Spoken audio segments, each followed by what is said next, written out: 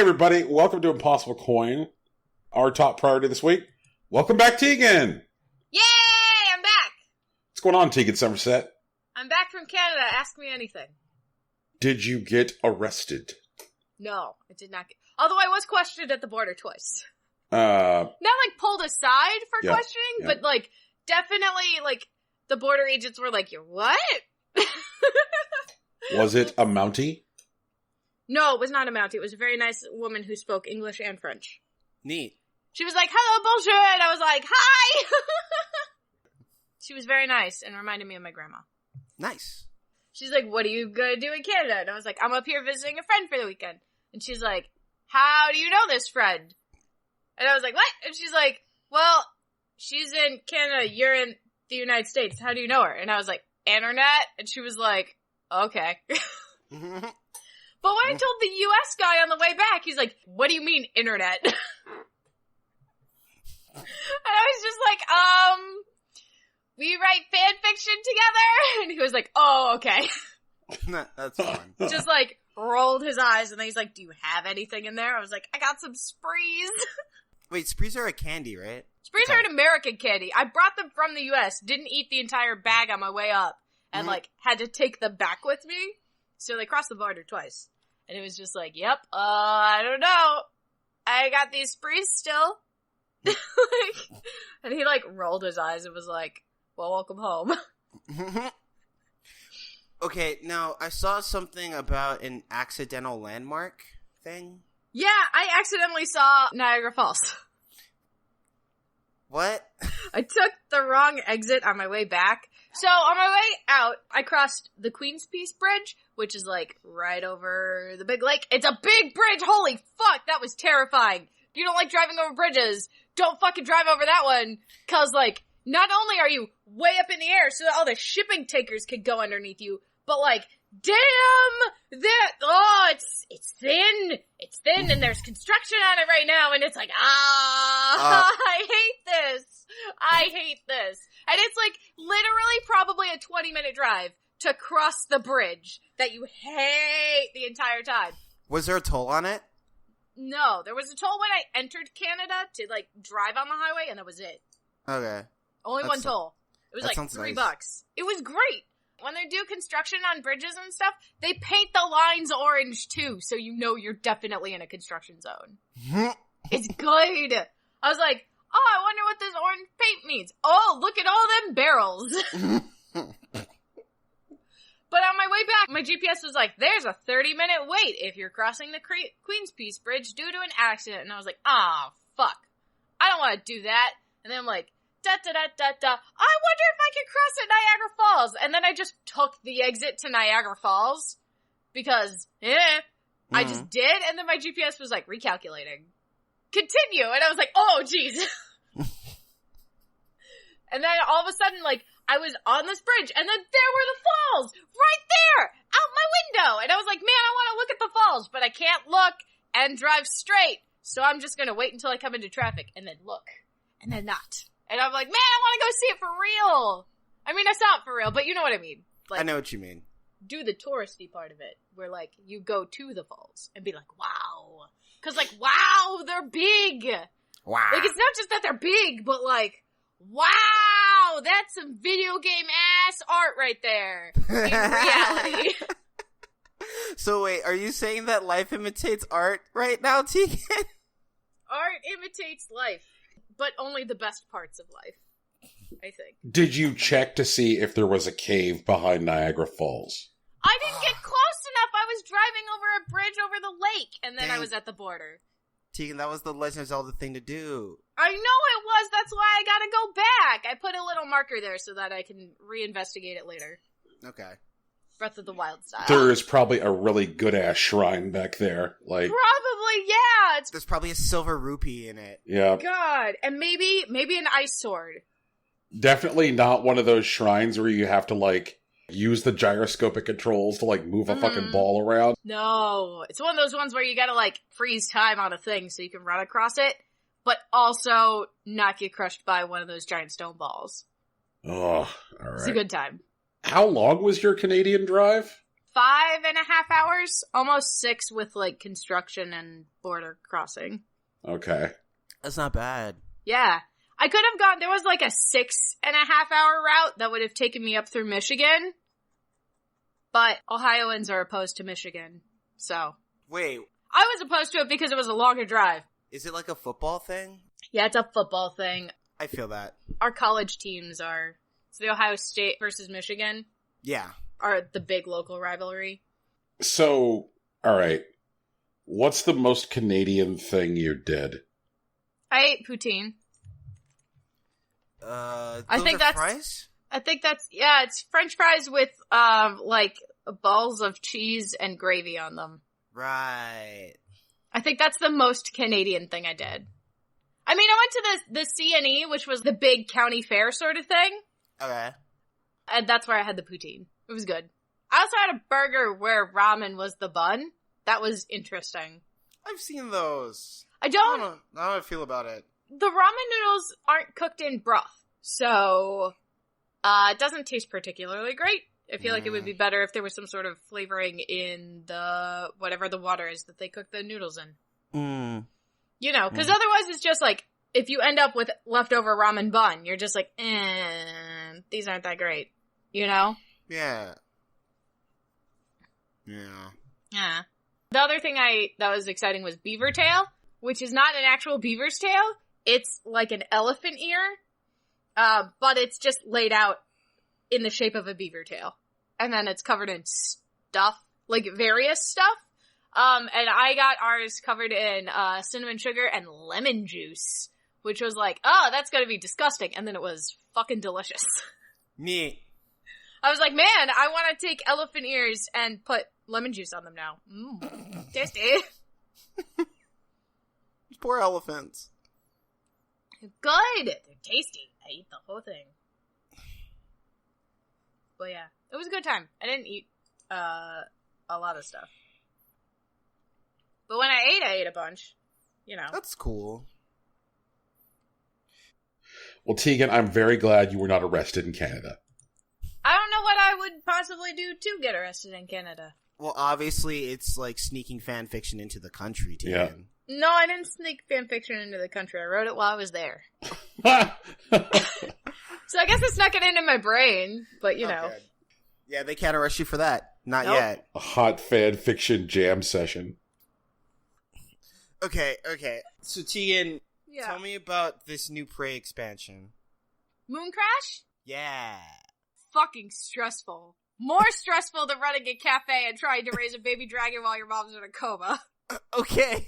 Jesus. That's still a lot. Oh goodness, Moon Crash is fun! Alright. There's 5 people. You have to play each individual campaign to unlock the next person. Once you have everyone unlocked, you could do, like, spy missions for, like, a rival company. Okay. So that's pretty cool. We've unlocked all 5 people, and we've started doing the spy missions. So, like, you start, and there's, like, corruption level 1. And then the longer you play, the higher the corruption level goes. Mm-hmm. And so the enemies get harder, and there are more of them, and your chances of escaping the moon base decrease. Right. Until you hit corruption level 5, and then it just boots you out of the simulation. Oh. They're just like, you failed, you can't do it. Mm. So, yeah. The head of the moon base is a cousin of the guy who's in charge of Talos 1.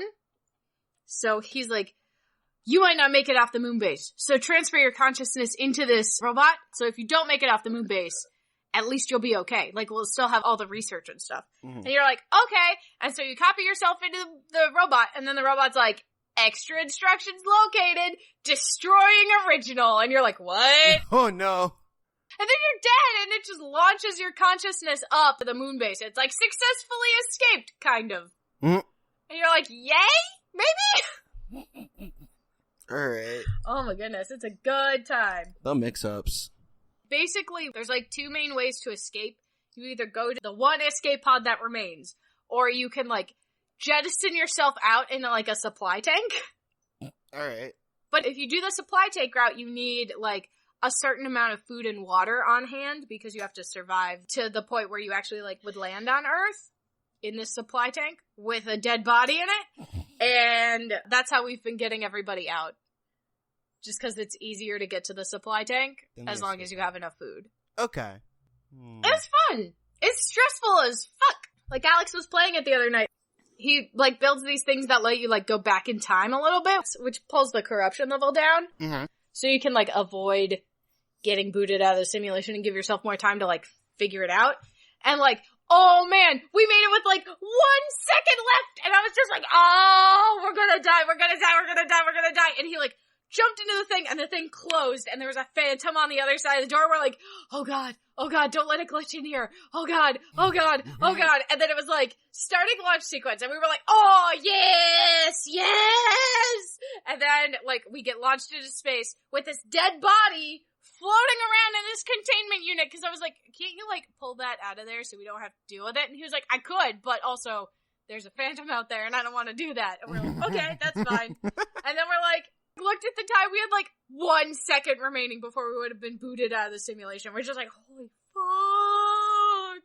It was so scary. It was so stressful. And I was like, okay, you have to do the rest of these now because I'm too stressed. I have to see the whole thing now. That's fun. It's fun. It's a lot of fun. I recommend it. I like Prey. I like Prey Moon Crash. DLC of the year. Is there a DLC of the year category? We don't know. There is now. There can be. There is now. I gotta go over those. Wait, Brian wants to talk about Doja Cat? Let's talk about Doja Cat. What's Doja Cat? So, yeah. A peek behind the curtain there. Brian was trying to add a section to his, like, topics, and instead was accidentally typing in the titles, so... Nice. Sorry. 10 out of 10. We'll get to Doja Cat. Tegan's gotta tell us about Love Nikki first, though. Oh, yeah. Brian, you're not playing Love Nikki anymore. Right? Yeah, I fell off. Let me tell you, that's a goddamn mistake. I don't know what's going on in Chapter 15, but somebody died in my arms. This is supposed to be a fashion battle game, and somebody's died. Oh, is it going into novella territory? I'm upset. There's a war going on now! Wait, I thought there was always a war. There's faction battles. It's not the same. Okay. Nidhogg, I don't know how you say that, whatever, has invaded Lunar City, which is like the big Chinese classical area. Okay. It's very pretty. They killed a girl named Lunar who was like one of Nikki's traveling companions. They fucking straight up stabbed her with a sword. Jeez, alright. Like, they're like, you lost the battle, the fashion battle, and then stabbed her. She died in Nikki's arms. There were so many tears in all of the characters, and no one knew what to do. So Nikki's like, I'm gonna kick your butt in fashion battle. And then they were like, that's not how this is working, but okay, go for it. And then fucking lost. And you have to lose that battle, like, so many times before they're like, here's the sword that'll let you pass this battle, because the Queen of the Iron Rose, who are like the people who are like ruling, right? But they're also kind of assholes. They come in and they're like, here you go. The queen wants to keep you alive, have this sword to complete your outfit, and now you can actually beat this dude.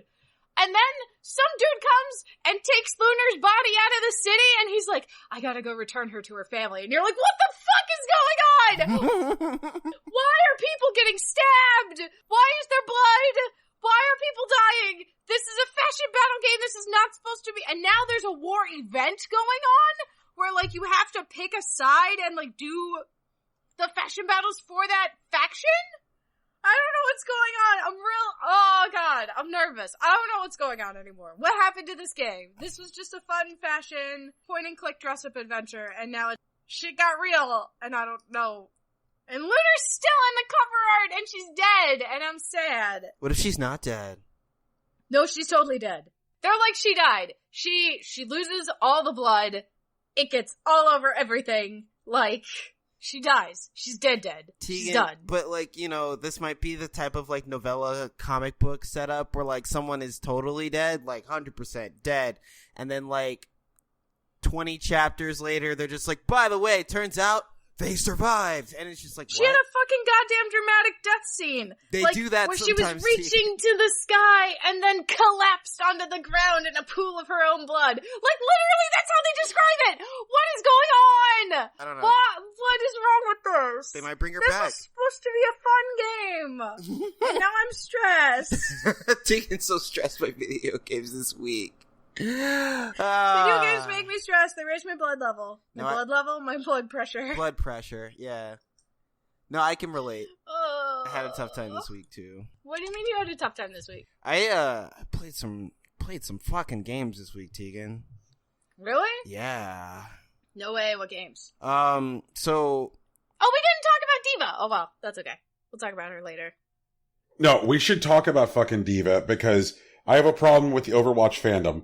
What's your problem with the Overwatch fandom? Brian has a problem with like every fandom. It's I something. know. We'll Brian see. has problems. Oh my god, Rocky, that is so unfair. Is it? Are you sure? All right, never mind. It's cool. Whatever. All right, my problem with the Overwatch fandom is thus. There have been some takes on this. Is there a canonical name for like the guy who's in that movie? He does have a name. I just don't remember what it is. Yeah. But what's up with the dude? All right.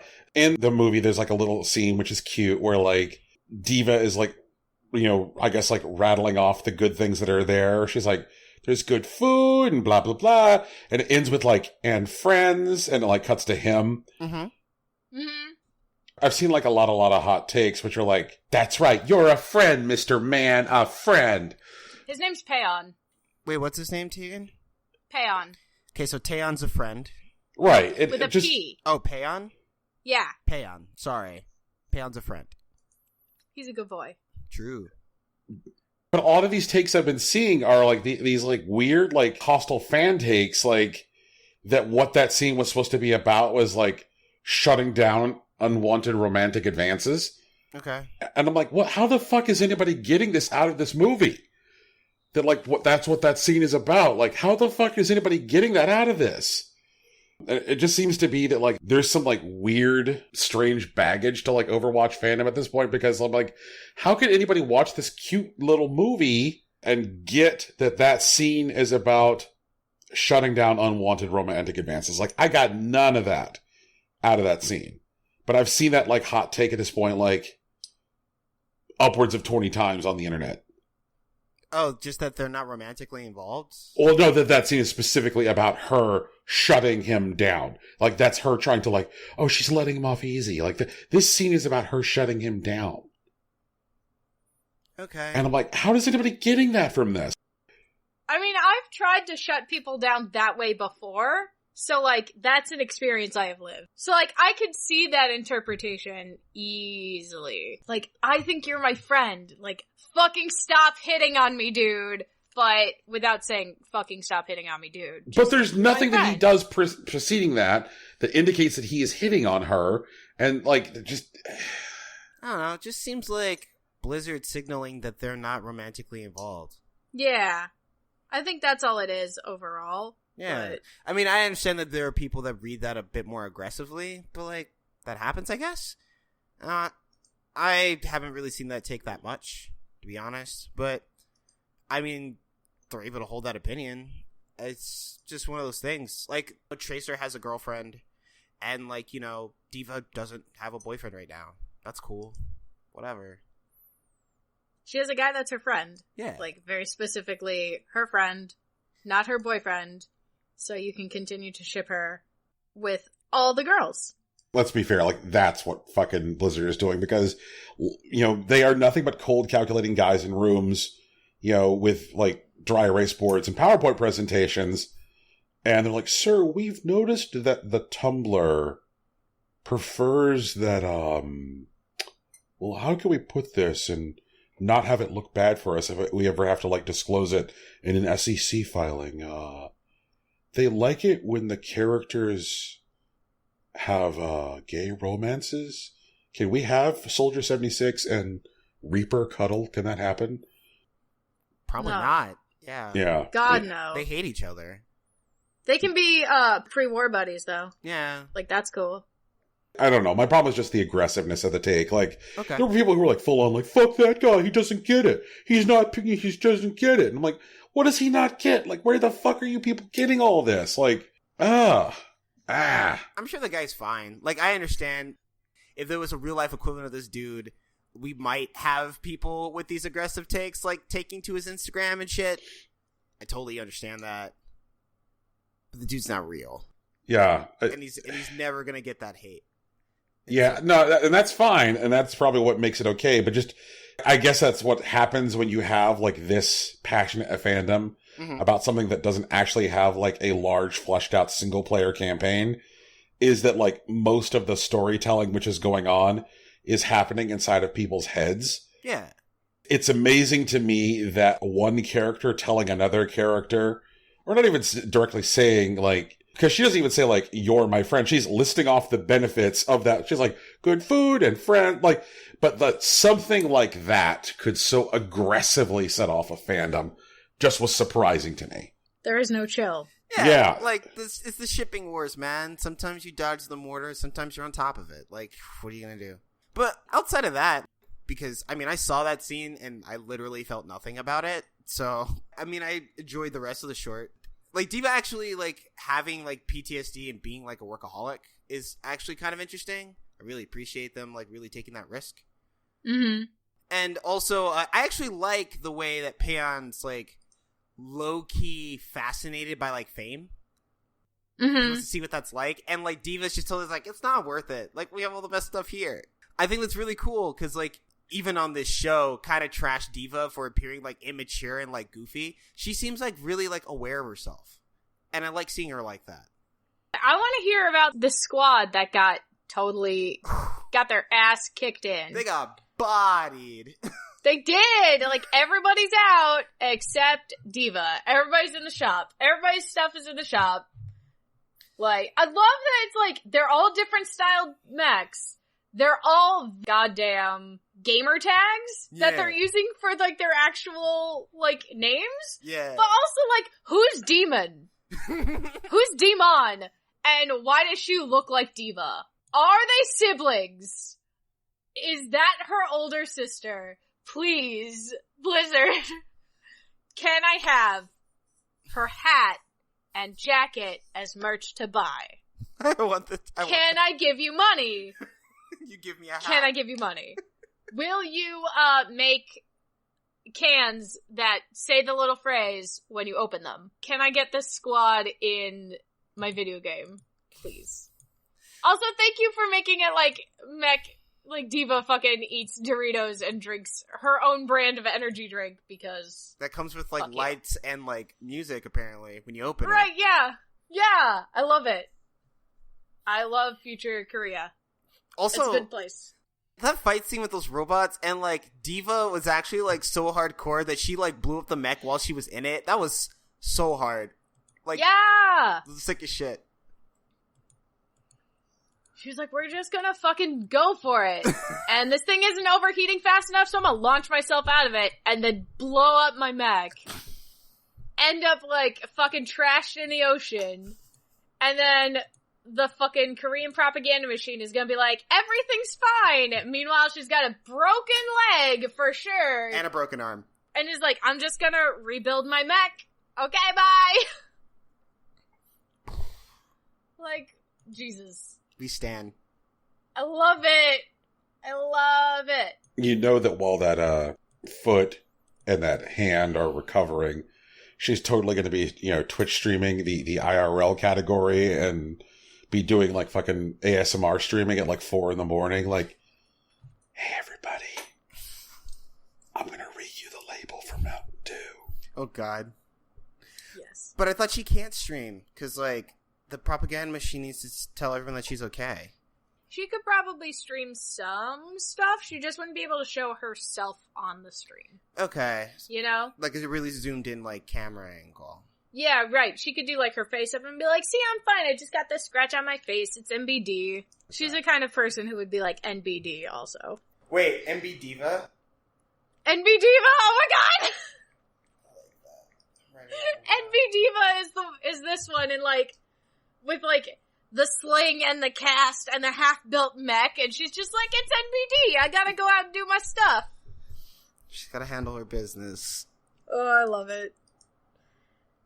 Diva's a good girl. Alright, so Brian, how was Hitman, man? Been climbing back into, like, making some contracts, and now that things are getting a little bit more settled around the Cartwright Ranch, I think I'm going to go ahead and pull the trigger and pre-order Hitman 2 so that way I can go ahead and play the Sniper Assassin mode that you can access right now. Mm-hmm. They did something which is, like, very smart. They gave, like, 5 people who are, like, trusted and respected in the Hitman community full access to the Miami level in Hitman 2. They just let them go. Uh-huh.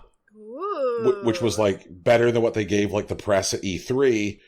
Then they said, like, no constraints. You can say whatever you want. You can record the footage. You can release it. And unlike E3, where they only had, like, 1 target active and only, like, 2 possible ways to kill the targets, they just left the full sandbox open for the Miami level for these 5 guys who are all, like, part of the Hitman community. And so it was fun to watch those streams, which dropped, like, yesterday. So I watched, like, I guess about 3.5 hours of footage of 5 different guys running around the Miami level, and just, you know, a total testament to, like, the deepness of Hitman. Every one of those guys executed the kills differently. Nice! Yeah.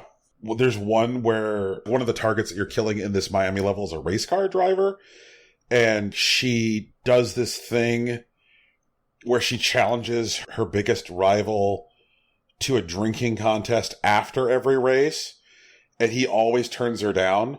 And so, like, there's an opportunity where you can find her opponent, subdue him, put on his outfit, and so you put on his helmet too so she can't see the face. You show up to the bar that he never actually goes to do the drinking contest. But before you go, you can swap out the bottle of vodka that you know that she's going to pour from with a bottle of vodka that you've mixed with gasoline, because you know that what she does every time is light her shot. So that way when she lights her shot, as she's pouring, it just blows up the bottle in her hand and catches her on fire. Oh my goodness, that's amazing. Yeah, and I'm like, that is so cool. Watched a dude dressed as a flamingo hit a man to death with a large fish. You know, like a mascot outfit. So he's like, puts on this flamingo outfit and just like, yeah, I'm gonna beat you to death with, like, a sea bass. And I'm like, yep, this is Hitman. That checks out. Oh my goodness. Beating a man to death with a sea bass while dressed as a flamingo. This is definitely Hitman. That's amazing. Yep. Like, some really cool enhanced new features. It's clear now that NPCs understand reflective surfaces. Like, so if you're doing something spooky and they can see it in the mirror, then you're fucked. And I'm like, oh god, mirrors are real now. I have to treat mirrors as real. They also announced this week at Gamescom that, like, they're going to put all of the levels from the Hitman 2016 game into Hitman 2 with all of the new features. And so all of your unlocks from Hitman will carry over into Hitman 2. Ooh, yeah. That's cool. Yeah. And if you already have those stuff, like, unlocked in Hitman 1, then you won't need to recomplete the progression in the new levels in Hitman 2. And also, old contracts from Hitman 1 will be playable in Hitman 2, so that'll be interesting because, like, there's a whole bunch of new tools and new weapons from Hitman 2, so, like, it'll be interesting to see if anybody can get, like, better times on those missions with some of the new tools. That's interesting stuff. Very, very interesting. So, yeah, like, way too much Hitman. Also, like, I'm a total bum and a loser. Like, I've been like, yeah, I've got more time to play video games. You know, I'm starting to want to play games more now. I know. Why don't I play fucking Skyrim like a loser? I mean, it's like a 20-year-old video game. Like, whatever. It's one of the classics. Rocky, now. That is wildly inaccurate. If I played a 20-year-old video game, I could probably get more street cred, because then I could be like, hey. You mean like Melee? Yeah. You know what? I think Melee's older than Skyrim, dude. Yeah, I was going to say, I think Melee just might have slid into retro. Like, it might be, like, new to the retro club. They can, like, hang out there as they get, like, fitted for their new, like, retro smoking jacket with BioShock and be like, oh, you're here too? You know? But, like, Skyrim is definitely not there yet. Like, Morrowind is in the retro club being like, suck it, losers. So, you know, I started in on the Assassins quest line. I am definitely reminded that it is just fun to sit in a big open world with a lot of radiant storytelling, and I just wish that Bethesda games weren't so wildly broken, because all of the things that were irritating in this game at this point 7 years ago are still irritating. Like when you walk into a room and there is a broom vibrating in a corner, or you're like, yep, that door is permanently locked and I can pick the lock all I want. It's like, there's a bug here, so I'm going to have to reload to an older save so that way I can unlock this door. And that I didn't really run into any of that shit last year when I was playing Breath of the Wild or Assassin's Creed Origins. Just really highlights to me how much Bethesda needs to fix this shit the next time they put out a big RPG, because that doesn't actually sound fair. Because, once again, Skyrim came out 7-8 years ago, and both of those games came out last year, and they had development cycles that were roughly that long. Skyrim, yes, did come out 7 years ago, but Bethesda Game Studios has an inordinately long development cycle, for their games.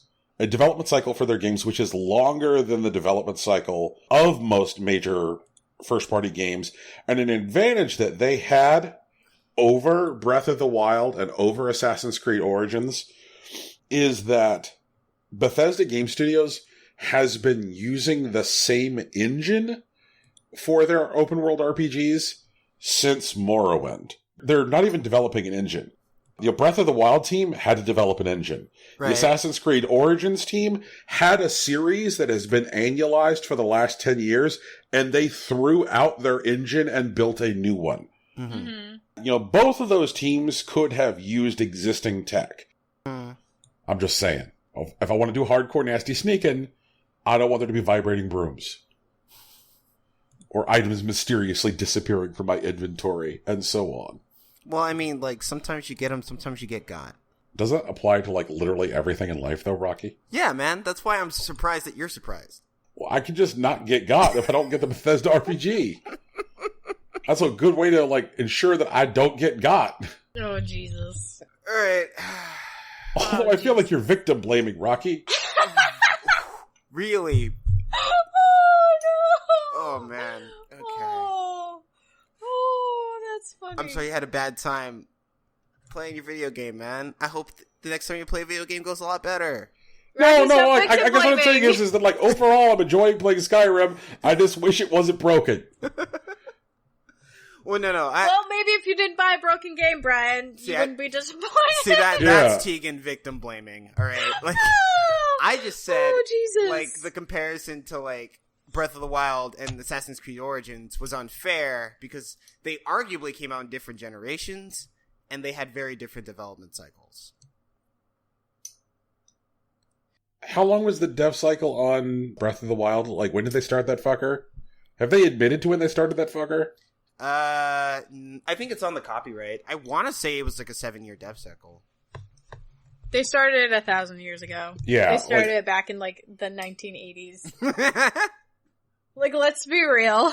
The dev cycle for Skyrim and the dev cycle for Breath of the Wild, there's not a lot of daylight there. Skyrim is a 6-year dev cycle. Breath of the Wild is either a 6 or 7-year dev cycle. If what you're telling me, Rocky, is that all Bethesda needs is that 7th year, that's hilarious. Well, I mean, that's not what I'm saying. I'm just saying, it's totally different wheelhouses. Also, a lot of Bethesda games, have really strong modding communities, and, Nintendo has been famously, anti-mod, and a lot of the parity that travels from Bethesda game to Bethesda game is reliant on the same engine. I'm not saying the modders wouldn't make new mods. I'm saying they'd be upset about it for an extended period of time, to the point where there's a significant section of their player base that simply wouldn't buy the game until the mods that they want are available from their creators. You know what was a big open world RPG that came out last generation that had a 6-year development cycle that was not completely fucking broken? Grand Theft Auto 5. You know what needs to stop being purchased? Grand Theft Auto 5. If you stop buying Grand Theft Auto 5, they'll make a different game. But they don't want a different game. They love Grand Theft Auto 5. Well, Tegan, I mean, like, I guess that they do have that Red Dead Redemption 2 coming out, so I guess that's alright. That's not the same. It's horses, not cars. Oh, Jesus. Horses, not cars. Oh, God. Okay. So, Brian, let's do it. Tell me about the wrestling, man. What happened? I want to stick to the very, very, very highlights. Because unless I'm mistaken, nobody here watched the wrestling. I don't know anything about wrestling. Alright, well, then let me tell you the most important thing to know, Tegan. Okay. Our pirate princess, Kairi Sane, won her treasure. Yay! Yes. Yeah. So, like, Kairi Sane's whole bit is she's like, I'm the pirate princess. Let's go sailing for treasure. And she comes out to the ring in her pirate outfit, complete with her, like, tri-corner cap and her spyglass. Cool. And she's like, I'm looking for treasure. And she had a championship match at the NXT TakeOver against Shayna Baszler. And, like, all of us who love Kairi believe, we're like, Kairi's gonna win. Kairi's gonna win. And she finally beat Shayna. So now she's NXT champion. And they had an NXT taping this week. And when Kairi came out to the ring, she didn't have her belt with her. People were like, where's Kairi's belt? When she came out to the ring, there was a treasure chest waiting for her in the ring. And she opens the treasure chest and the belt's inside. Like the ending of Dodgeball. Yeah, and it's just like, it's so good. And so she opens it, she gets her belt out, she starts throwing gold coins into the audience. Aww, and what it's a just good like, girl! Kairi Sane's the best. Like, Tegan, you would love Kairi Sane. Like, she's fucking fantastic. Sounds like it. Yeah. What do the kids say, Tegan? Kawaii? Kawaii! Yeah, that's Kairi. And that was a real good match. Meanwhile, on the main roster, before we leave NXT, but meanwhile, main roster WWE is here to remind you the world is bad. We're all going to die. What's wrong with main roster WWE? They managed to take good things and make them bad, and make bad things and make them worse.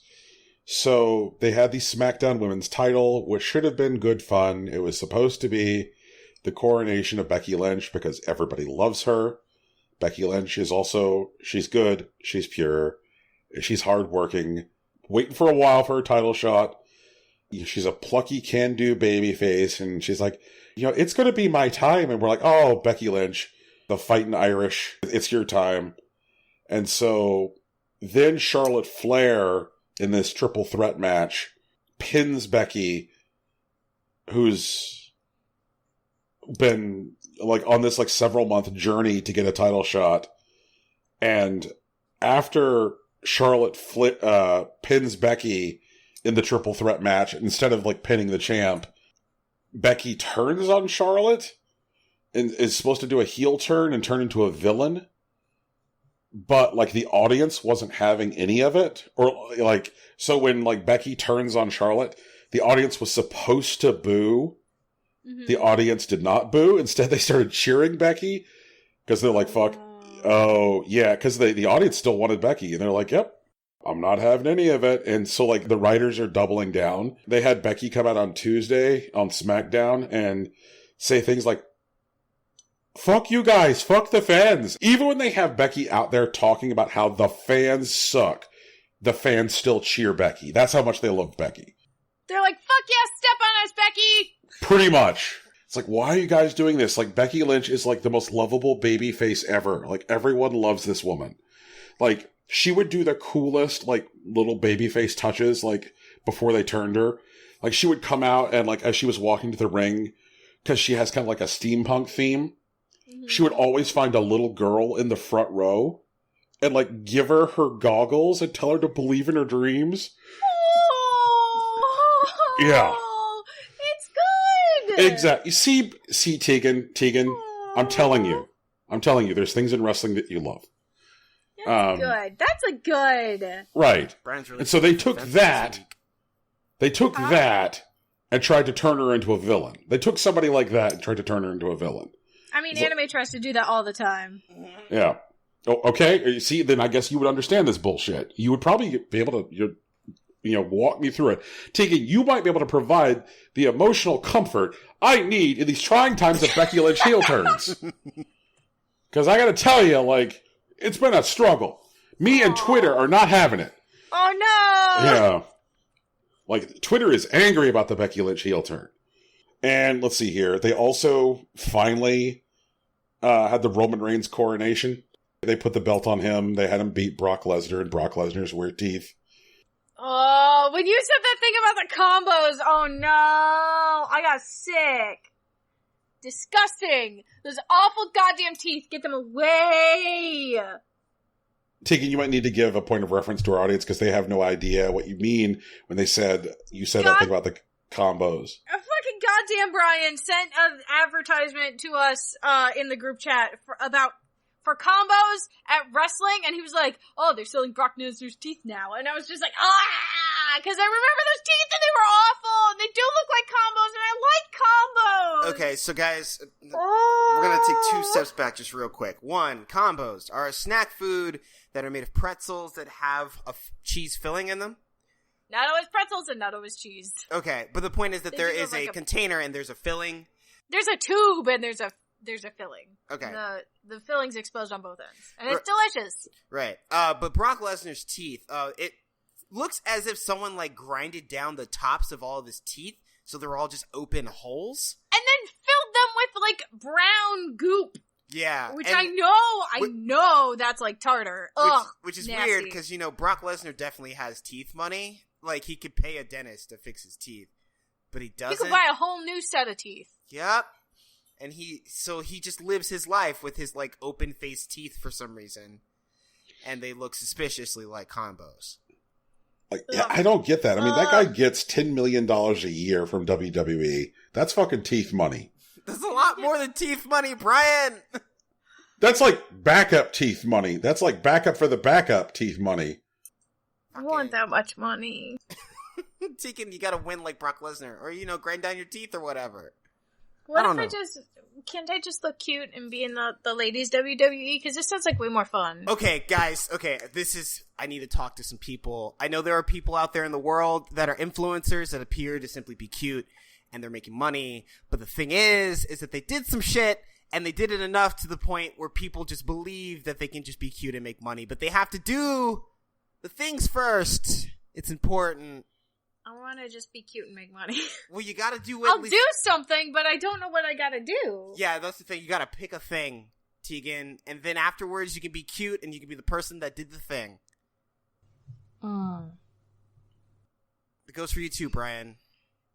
Brian, you too can be cute and do the thing. But you gotta do the thing first. It's important. I'm here for Pretty Cute Brian. Being cute is not part of my business plan. I'm here for Pretty Cute Brian. Yeah, I got part A for you, Rocky. I don't got part B. It's okay, man. The thing is that cute is a mutable concept. Like, anyone can be cute. So as long as we get the thing done, then we just cute up Brian and then we're good. We'll figure it out. Alrighty. Wait, cute up Brian? Is this going to be like some kind of fucking John Hughes montage? Nah, it's probably just be like an episode of like Queer Eye, but whatever. It is going to involve at least one magical girl transformation. True. So it's not going to be like the Ali Sheedy transformation in The Breakfast Club? Yo, I love Ali Sheedy. I loved her the way she was. That's a whole other thing. I think I saw Breakfast Club once. Like, I have a vague recollection of what you're talking about, but I have no idea who Ali any Sheedy of these people are. was like the dark-haired girl that like appeared to hate everything. Oh, yeah, I have no idea who that is. Yep, nope. Okay. No idea. All right. So what else is going on, Rocky? After talking to Sach last week, I wanted to get back to the Dead Cells. First of all, Sach, I'm super sorry. Because me and Brian both said that the third color was blue. And it's not. It's totally green. Sach was right. Dead Cells is a Metroidvania roguelike. And there are various items that you pick up that are separated into 3 categories. Brutality, which is red. Tactics, which is purple. And survival, which is green. But survival was blue in the beta of Dead Cells, and it was changed after 1.0. That's the thing that me and Brian missed before. Started playing it in earnest this past week, and there are various things that you can collect that pervade between runs, one of which are runes, which basically give you various abilities throughout the stages for completing certain mini bosses. The first one that you get is very simple. It allows you to like open hidden like spots that randomly pop up on the map. But later you get others, like one that allows you to teleport using special like sarcophagi. There's another one that allows you to break through certain floors, giving you access to otherwise unavailable areas. And the most useful one is the spider rune, which allows you to like just climb up walls for a limited amount of time. While Sach and Brian last week were also talking about how the stages aren't bespoke and don't lend themselves to more exploration, I think the runes actually fit that niche, because there are definitely spaces when you're running through earlier runs where you don't have the runes, where it's just like, what is this thing here? I can't do anything with it. That sucks. But like later on you get the rune and you get completely new considerations as you're making your run. And it's really cool. I also completed my first clear. I defeated the Hand of the King and like later slew the king himself. And afterwards, like the body that you're in totally like explodes, like in this gigantic explosion. It's actually pretty dope.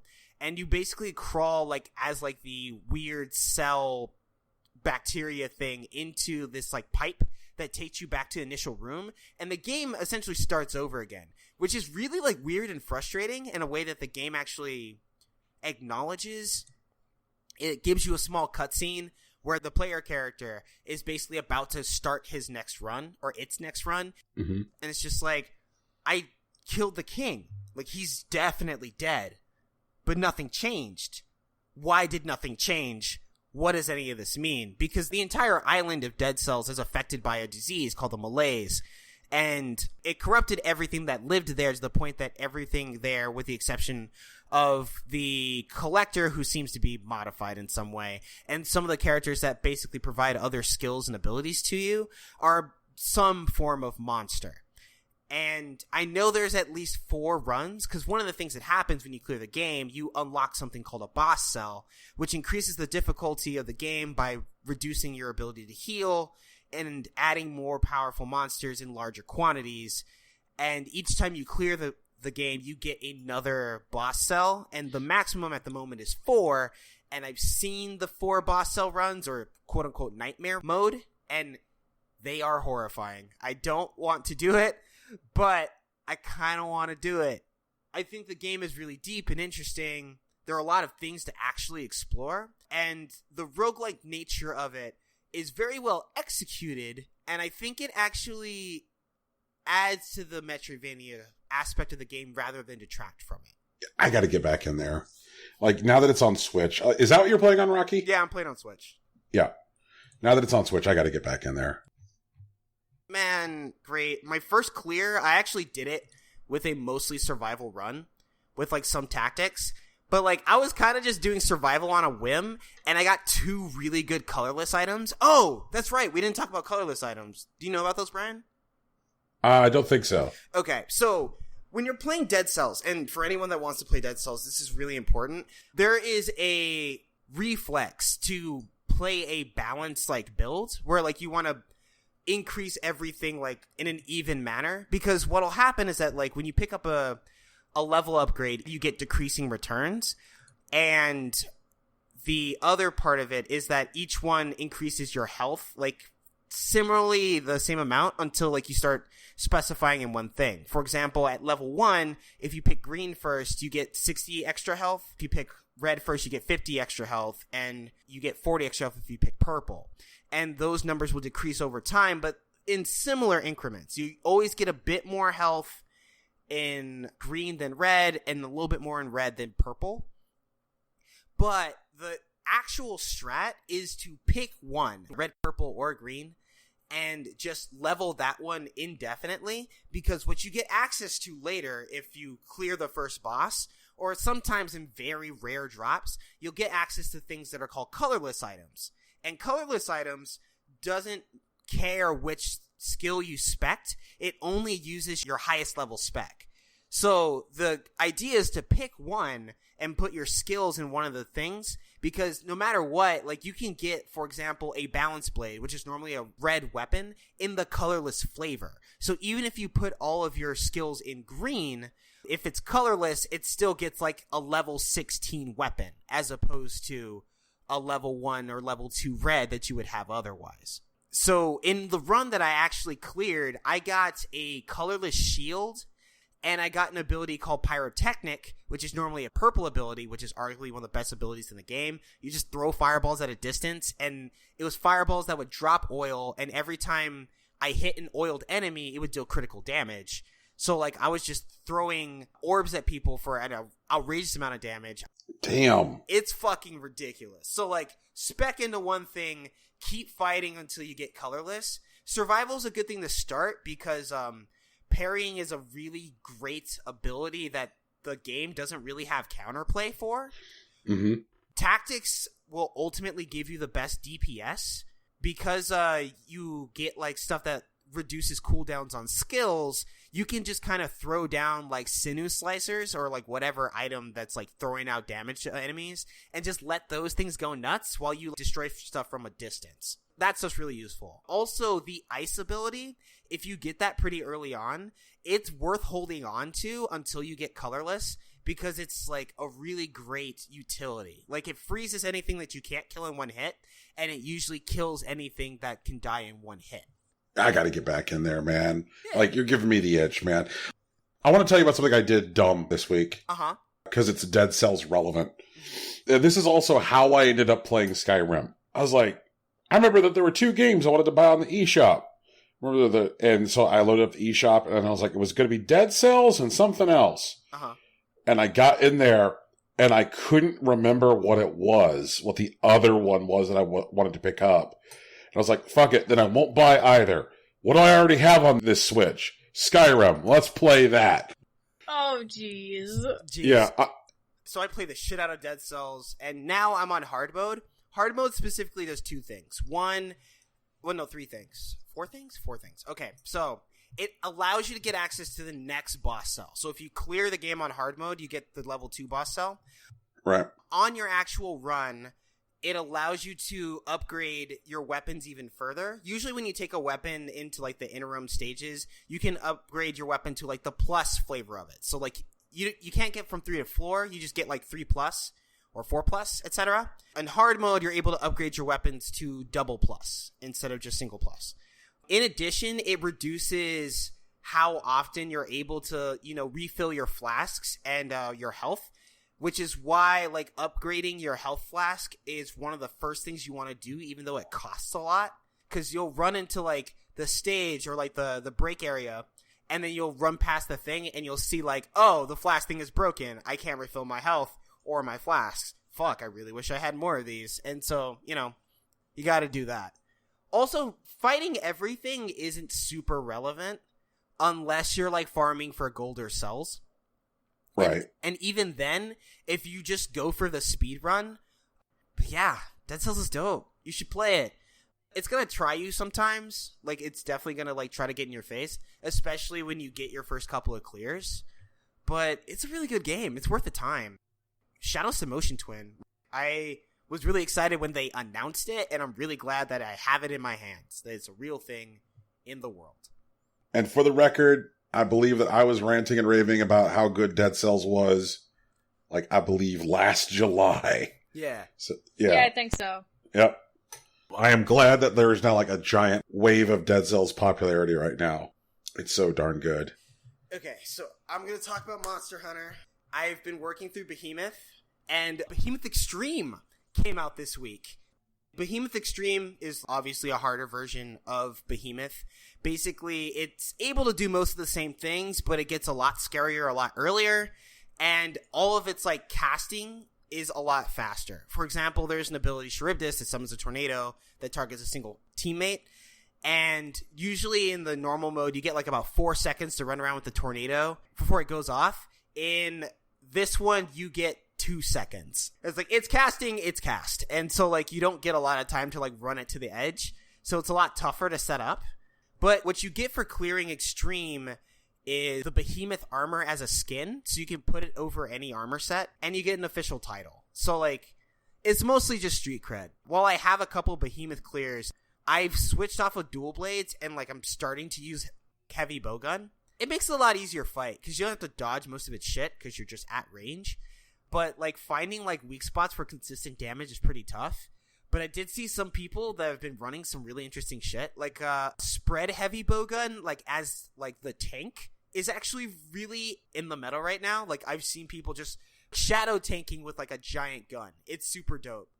And also Hunting Horn is like really big in like the behemoth fight, especially if the Hunting Horn is brave enough to tank, because the Hunting Horn like it gives buffs to the team by playing the songs of their people, and it lands a lot of like stun and KO damage, so you can stay at its head and like just keep bashing its dome in, and it has the reach for it, so you're not gonna miss, and you can actually score some knockdowns, which are pretty rare against this boss, even when you're trying to play with like insect glaive users that are constantly going for mounts.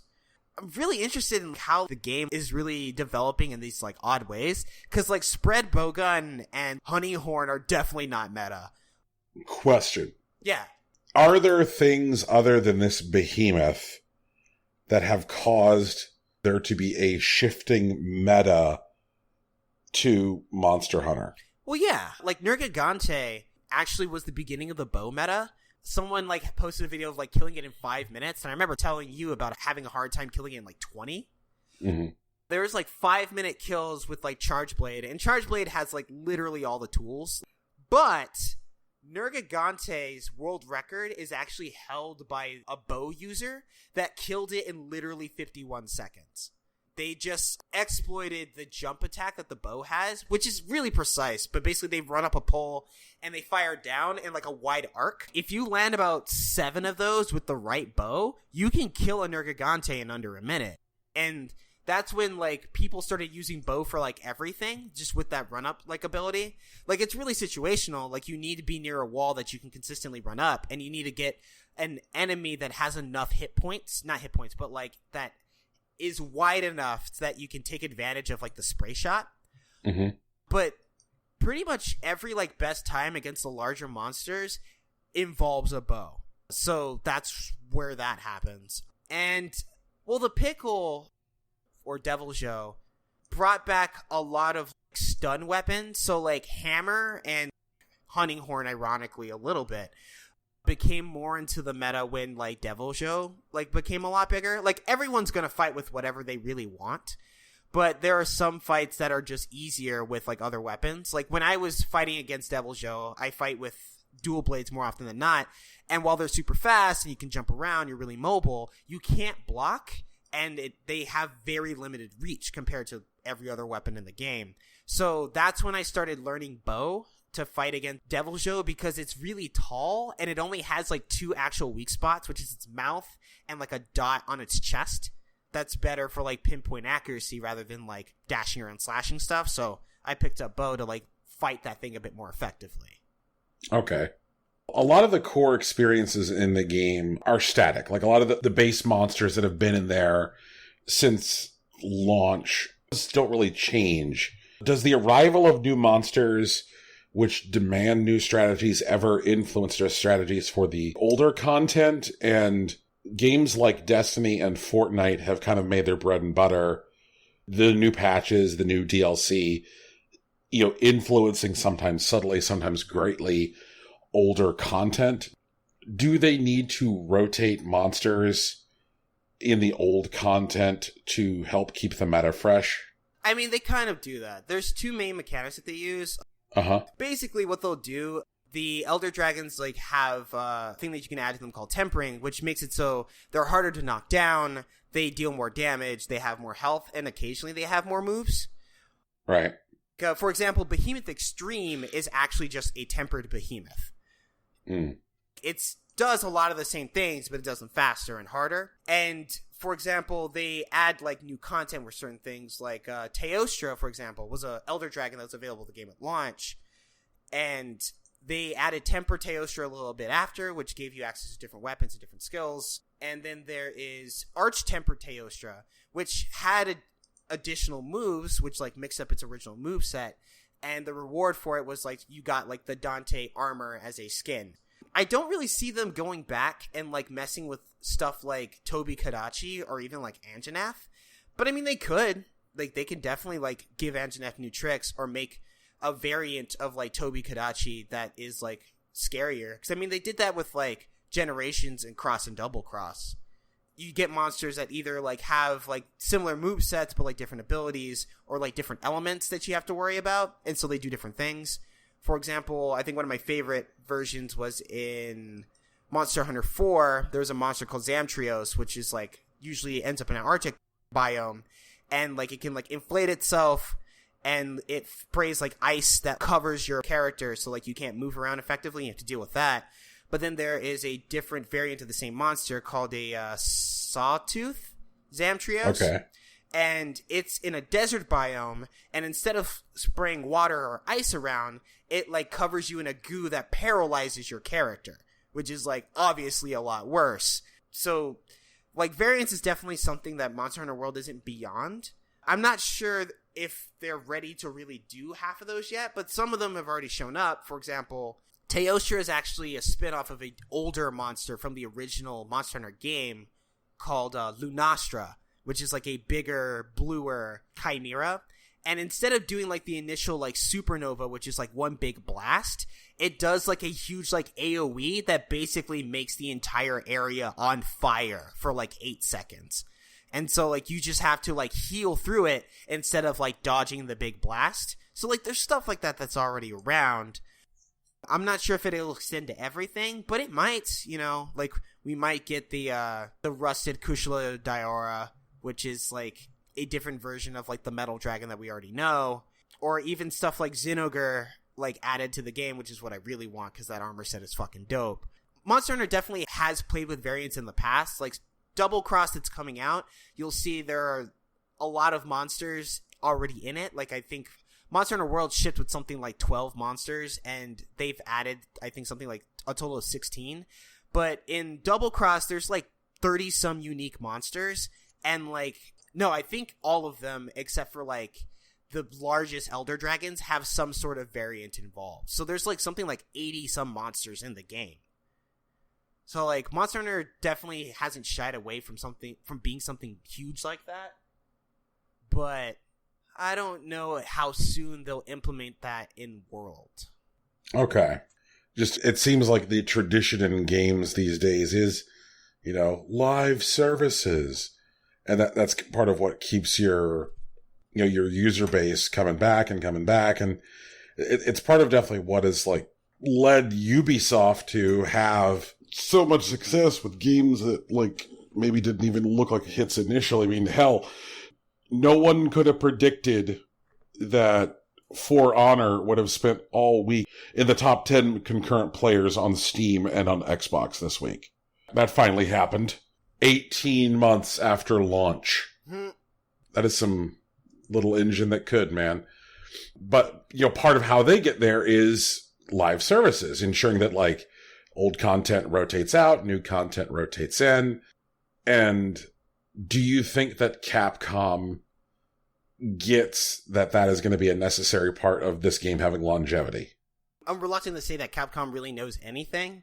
Like, I'm kind of sure that they're just kind of doing shit. I think, I can't even think if there is an example that I can point to for Capcom where they have a continuous live service. But from what I've seen from Monster Hunter World, they've been doing pretty well. They do regular events with, like, updated content. There's still, like, new swag and whatnot. Like, it really feels like an MMO. Like a game that has, like, constant updates that want you to come back and play, like, every day and do different stuff. I can think of a game where Capcom is treating it like a live service, and they've done such a good job with it. Mm-hmm. Street Fighter V. What? Okay. Like, Street Fighter V, they definitely, like, have repeatedly shit the bed. But, like, I feel a lot better about Season 2 on. Because, like, it was definitely not great at launch. And, like, Season 1 was, like, very similar to a trash fire. Season 2 was a lot better. Season 2.5 is when it started really hitting its stride. And I'm really happy with Season 3. Okay, all right. While we happen to be in Street Fighter V here for a second, Capcom announced that there is a fucking crossover costume coming to Street Fighter V next week, which is you can dress Cammy as Fiona from Haunting Ground. And I got to say this to Capcom. Look, stop playing with my emotions. Like, this is the first time that you've acknowledged Haunting Ground exists in like fucking years. We never got Haunting Ground 2. Don't mess with us, Capcom. Like, are we getting a Haunting Ground remaster here? Oh, we don't know yet. We got to see how this Cammy skin sells. Man, play Haunting Ground, people. Come on. Come on. Maybe you should play Haunting Ground on Steam, Brian. I mean, on Steam, on stream. Yeah, stream it. I don't think that... I think that would require the purchase of some equipment. I don't think that Haunting Ground ever got a PC release. Haunting Ground only ever came out on PS2. Didn't even get like a original Xbox release. Capcom, there are some people here for a Haunting Ground re-release. Like, they could even just do that PS2 on PS4 shit and I'll buy it again. God, in fact, if they did that, I could stream it easily. That'd be so good. Like, come on, guys. Please. Fiona's the best. That dog is the best. Come on. Rocky, I see here that you have also played Cosmic Star Heroine. Yeah, I picked it up on the Switch. I didn't finish it on Steam. But I like Cosmic Star Heroine, man. Like, Alyssa's cool. It's a JRPG, kind of in the spirit of Chrono Trigger. Its battle system is actually really interesting. Like, there's sort of like a heat function to it. I think they call it style. Where, like, as the fight goes on, like, you deal more and more damage. Like, they get more into the flow. And they have, like, very user-friendly mechanics. Like, for example, there is no out-of-fight healing. So, like, whenever you finish a fight, you win the fight, and, like, the next fight, you're already at full health, which is nice. Even if someone, like, dies. If someone dies in the fight and you still finish it, everyone still gets the XP. You have the ability to get, like, knocked into negative health. And when you get knocked into negative health, you enter desperation mode, which allows you to deal more damage, or, like, basically your next ability becomes more powerful. But if you're not healed by the time that character takes that turn, they will die the next turn. So I'm really looking forward to, like, later, like, fights where it becomes more efficient for me to actually let someone get hit into desperation mode and then deal big damage and then res them the next turn. So I don't know. I'm interested in playing with, like, this system. Like, there's a lot of really cool levers to play. And last time I played it on Steam, I got to a point where I just started the base building, and I'm getting closer to that now. I like how the battle, like, the combat system is actually really cool because it allows you to do stuff both, like, single target and, like, AoE. There is, like, a sort of rotation system in addition to the style system where, like, every third or fourth turn, like, you deal big damage. So, like, setting up your abilities so that you land the big hit on your turn is really satisfying. The characters themselves are pretty cool. You just play Super Spy Alyssa. There's also a pop star that, like, is also a renegade. There's this dude, I keep thinking his name is Rufus, but I don't think that's right. But he's, like, this bald bearded dude that, like, fights with, like, fisticuffs. And, like, he has a Shoryuken. It's very satisfying. And, like, I'm just about, like, to fight, like, the government's, like, giant mech, like, while on the ground. Like, as, like, you do that fight in, like, 3 parts. Like, you fight its feet, and then you, like, climb up a skyscraper, and you fight its torso, and then you get to, like, the roof of the skyscraper, and then, like, you fight, like, its head, and then you beat the dude inside the head. Like, this game's wild, dude. It's so sick.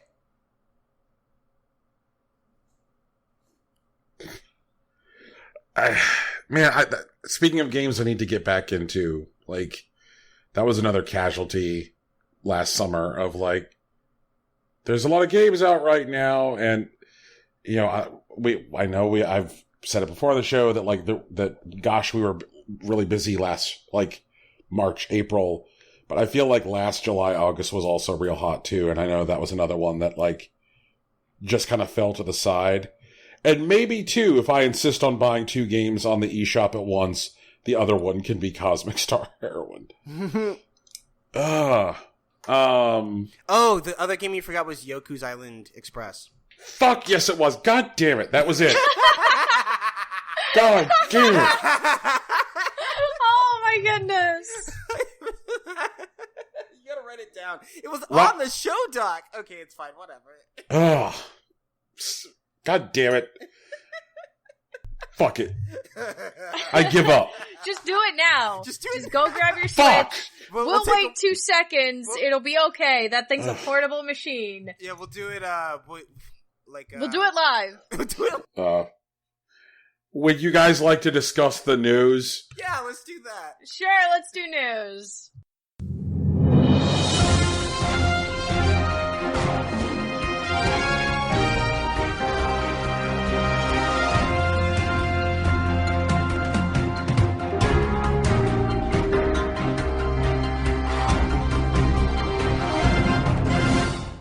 So guys, portable rifts and other changes came to Fortnite last Friday. Rifts have been populating the island since the start of the season, but until now they've only appeared in fixed locations. As of patch version 5.30, players can now find a Rift to Go epic level item that works as a mobile teleportation device. Once they have it, players can shake the snow globe-like object and are catapulted high into the sky where they can dispatch an umbrella to break the fall. Rift to Go's can be popped in the middle of the air, and once deployed, the Rift lingers for 10 seconds so other players can also hop inside. Elsewhere, the Risky Reels location has been updated so players can watch the footage of the player who won Epic Games contest, where fans were tasked with making a film within Fortnite. Reportedly, however, players who stop and watch the movie are getting killed by jerks who really want that victory royale. There's also a bizarre number of tomato-related changes. The Tomato Town area is now a temple. The giant head at the center has an unexplained crown. So Fortnite's weird. Still. Surprising no one. How old is Fortnite now? Like 3 weeks old? It is the hottest 3-week-old game ever, you know.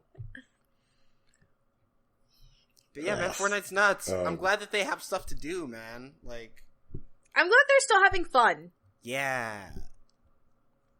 I'm glad that Fortnite is basically like, how can we make this weirder? And then they fucking do. Did you guys see how big the player count drop was for Realm Royale? No. Nah. Also, what's Realm Royale? Okay, so from the folks who brought you Paladins comes Realm Royale. They made Paladins, which is a very, very successful Overwatch ripoff. So they tried this game called Realm Royale, which is a attempt to do a battle royale game, which is class-based. The game has got, like, I think 5 different basic character classes, and you pick a class, and then you jump out the fucking plane. And they lost, like, 95% of their player count? Ooh. Yeah. It's not that anybody says that it's, like, even particularly bad, because it even feels like a more competent ripoff of Fortnite than Paladins feels like a competent ripoff of Overwatch. It even has some, like, new ideas executed well, which is, you know, better than what could be said for that boss key game, Radical Heights, which had a few ideas not executed particularly well. But Fortnite is just such an unstoppable beast. It feels like you got to be doing something, like, super crazy in order to get people's attention. I just wonder, how long can Fortnite be Fortnite, you know? When do you guys think this train stops? I don't know why it has to stop. Can't stop, won't stop. It doesn't seem like a condensed, like, concept, like stuff like SOCOM or even like Spyro the Dragon. You know what I mean? Like, those games, they are very specific things. And, like, Fortnite, PUBG aren't. They're this, like, weird, overarching thing that's still, like, really easy to jump into, but there's still a lot of stuff to do. And they're just adding more stuff to do, and it's not really affecting the simplicity somehow. You can still just jump in, grab a gun, shoot at people, and then you can do other stuff too. Like, the core mechanic hasn't changed, and the game is getting bigger around that core mechanic. I guess if they get to a point where they start changing that core mechanic, which sounds like what happened with Realm Royale, they try to differentiate the core experience, and it wasn't something that stuck. Like, they try to add classes to Battle Royale, but, like, a lot of Battle Royale is fun because you don't have to think about starting. Until Fortnite decides to change that in some way, that's when it'll stop being Fortnite. But until then, like, I'm pretty sure it's going to keep chugging along. So Crazy Justice is a free-to-play battle royale game, which is coming to Xbox, Switch, and PC, and also PS4, but you can guess which platforms all have 100% crossplay, and which one doesn't. So Crazy Justice has a much larger starting map than Fortnite or PUBG, with multiple starting vehicles flying in the air with different routes. So there's a much larger variety of starting locations with a significantly larger diversity of like biomes across the map because it supports the much larger map. The big difference is right out of the gate for Switch players, they have optimized gyroscopic aiming like Splatoon. Okay. Yep. So they're like, hey, Splatoon players, come play Battle Royale because you can aim and shoot like you do in Splatoon. Yay! Yeah. So they're tuning all of the controls to be optimized for the platform they're on. So optimizing for PC for mouse and keyboard, optimizing Switch for gyroscopic aiming, and then optimizing Xbox for, you know, traditional dual stick shooting.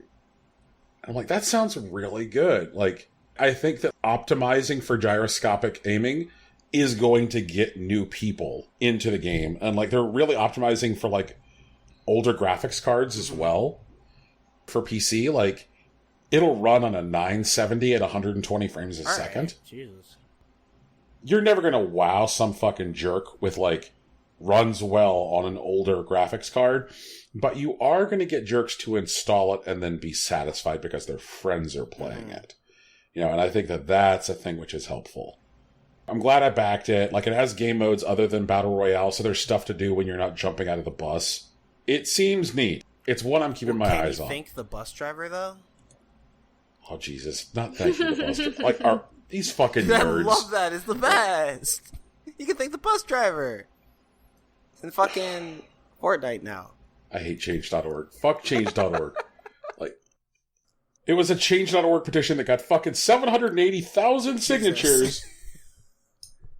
And I'm like, yep, this is yep. Like, when they talk about how Rome burned while Nero fiddled. That is that shit right there. People signing change.org petitions to thank the fucking bus driver in Fortnite. Like, never mind the fact that, like, I swear to Christ, like, our president is like a villain who lives on fucking Skull Island.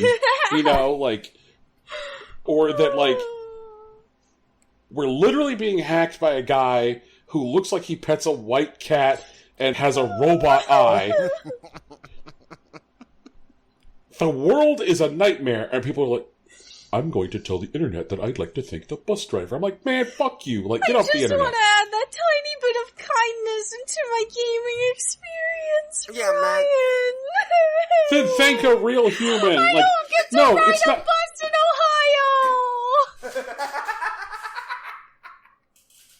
Ohio! All you change.org jerkbags, like, go find a real person and thank them for something.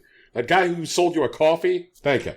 You know, like that guy who, like, didn't fart in the elevator, thank him. No. Okay, hold on. So wait, in this scenario, we have to be cognizant of people on elevators that, like, if we see a guy who is possibly holding in a fart, as you get off, you're just like, thanks, dude. And then you get off. I need the logistics of this situation. If you see somebody and, you know, they're maybe holding a paper cup that says Chipotle and they have a little sweating going on, thank them. Just, you know, like, hey, I see you got the Chipotle The sweats. Chipotle sweats. No! Yep. Someone help this man. Yeah. Okay, back on the regular news train. Back to your regularly scheduled stuff. Amazon Prime members will no longer save 20% on physical game pre-orders. What? Why do I have Amazon Prime? Why were they saving money? 2 years ago, Amazon introduced a discount for Prime members where they could save 20% off physical games if they pre-ordered them. You even got it for up to 2 weeks after the game came out. The decision followed other retailers who were ending various discount programs, notably Best Buy's Gamers Club Unlocked. Also, there was another program that got sunset at GameStop. That's the Elite Pro membership. No more Elite Pro memberships. Just Pro memberships. Yeah. They were losing money on the Elite Pro. Instead, Amazon will now give Prime members $10 store credit for pre-ordering, quote, select video games. Though this is really just a way to get Prime members to spend more money at Amazon. This follows an additional announcement that Twitch Prime members will now get ads in videos starting on September 14th. Twitch justifies the removal of videos, justifies the removal of the discount and the addition of ads by talking about how Twitch Prime has had a whole bunch of key features and benefits, including free games and free in-game loots. Now, I will give them that on the Twitch front. For anybody who actually has Amazon Prime and Twitch, you do get a whole metric ton of shit for having Prime these days. I've gotten a ton of free games through Twitch, and unlike PS Plus or Xbox Live Gold, the ability to claim the game does not end when the month is over. Mm-hmm. With Twitch Prime, all you have to do is just, when you're logged into the game, at some point ever, scroll through the list of stuff that has been offered since the last time you scrolled, and just go, oh, I want that one, I want that one, I want that one, and just add it. While sitting here, just because I reminded myself that it existed, I scrolled through my list of games that have been offered since I last clicked, and added to my Twitch game launcher Death Squared, SteamWorld Dig, Anti-Hero, and Jotun. Sick. They give out more than 2 games a month. They generally give away, like, between 4 to 6 games a month. Fuck. And they're usually pretty good. In July, they made a point of giving away a game a day. What? Yep. It is a good deal. I ain't gonna fuck with them there. But what do you guys think of this, like, shift in the market? 2 years ago, video game retailers were, like, trying to muscle each other in the market with increasing discounts, and now everybody's pulled back on it. Why do you think that is? Because games are selling again.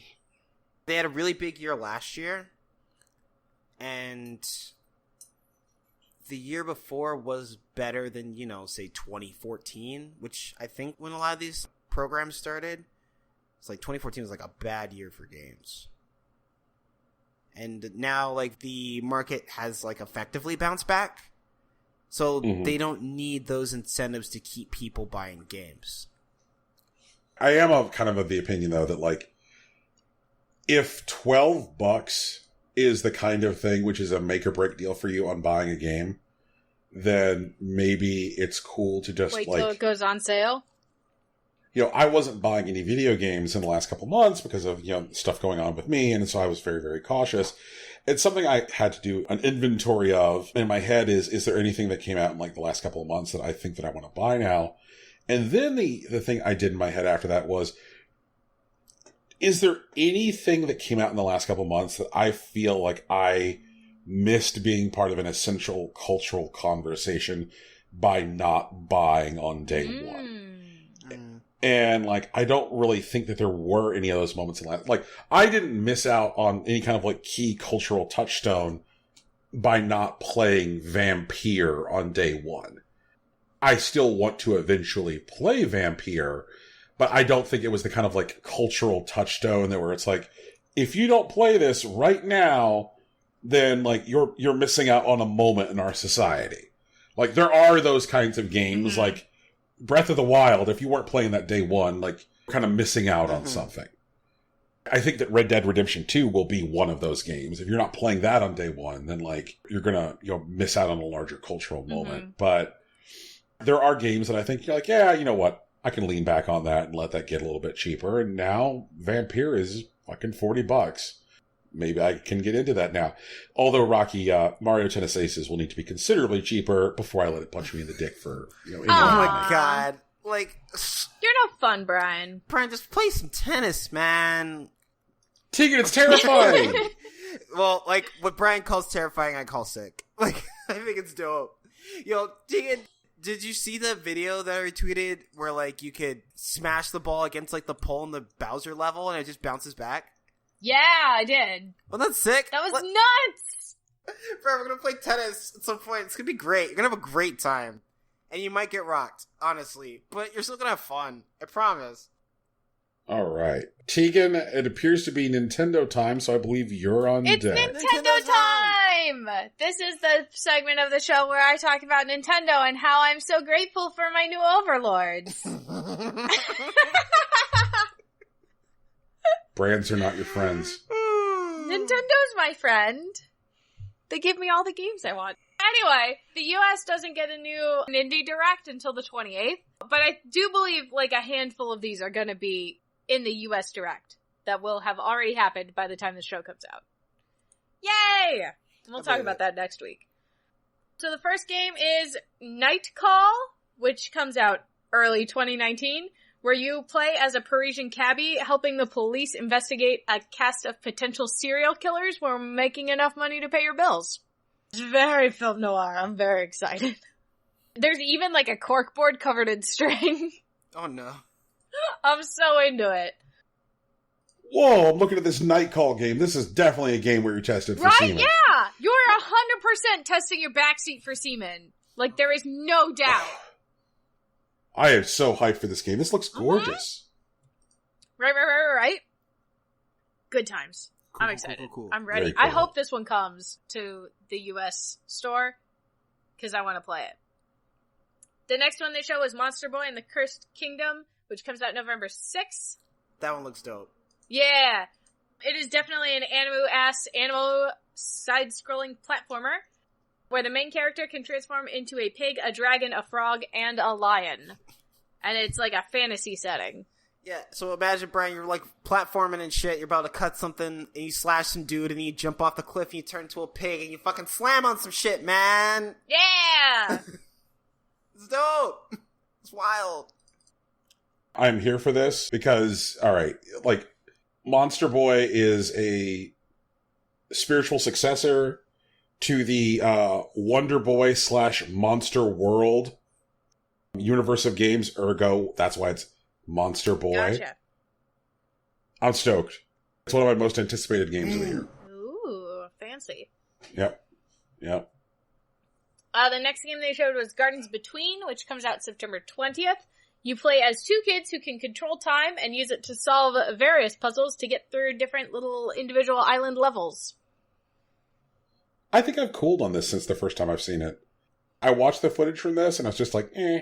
The first time I saw it, I was like, ooh, this looks pretty. But maybe it's just because I've played too many of these? Like recently? Yeah, like I remember playing Inside and I'm like, yep, this is real good. And I just looked at this and I'm like, yep, this is not going to be as good as Inside, is it? But the next one, Tegan. Streets of Rogue? Winter 2018? A procedurally generated brawler where up to 4 players play together, and it looks fucking like Prison Architect. It looks so much like Prison Architect, oh my goodness. I think so, yeah, I think the art style is very similar. Did they mention whether the multiplayer can be online multiplayer or is it local? They did only? not say. They just said up to 4 players. I really want there to be online multiplayer for this. I think the art style in this looks more like River City Ransom. Because it's a brawler, I think that they're specifically going for a River City Ransom look. So, like, sometimes just go look at the River City Ransom art. Okay, that's doable. Yeah.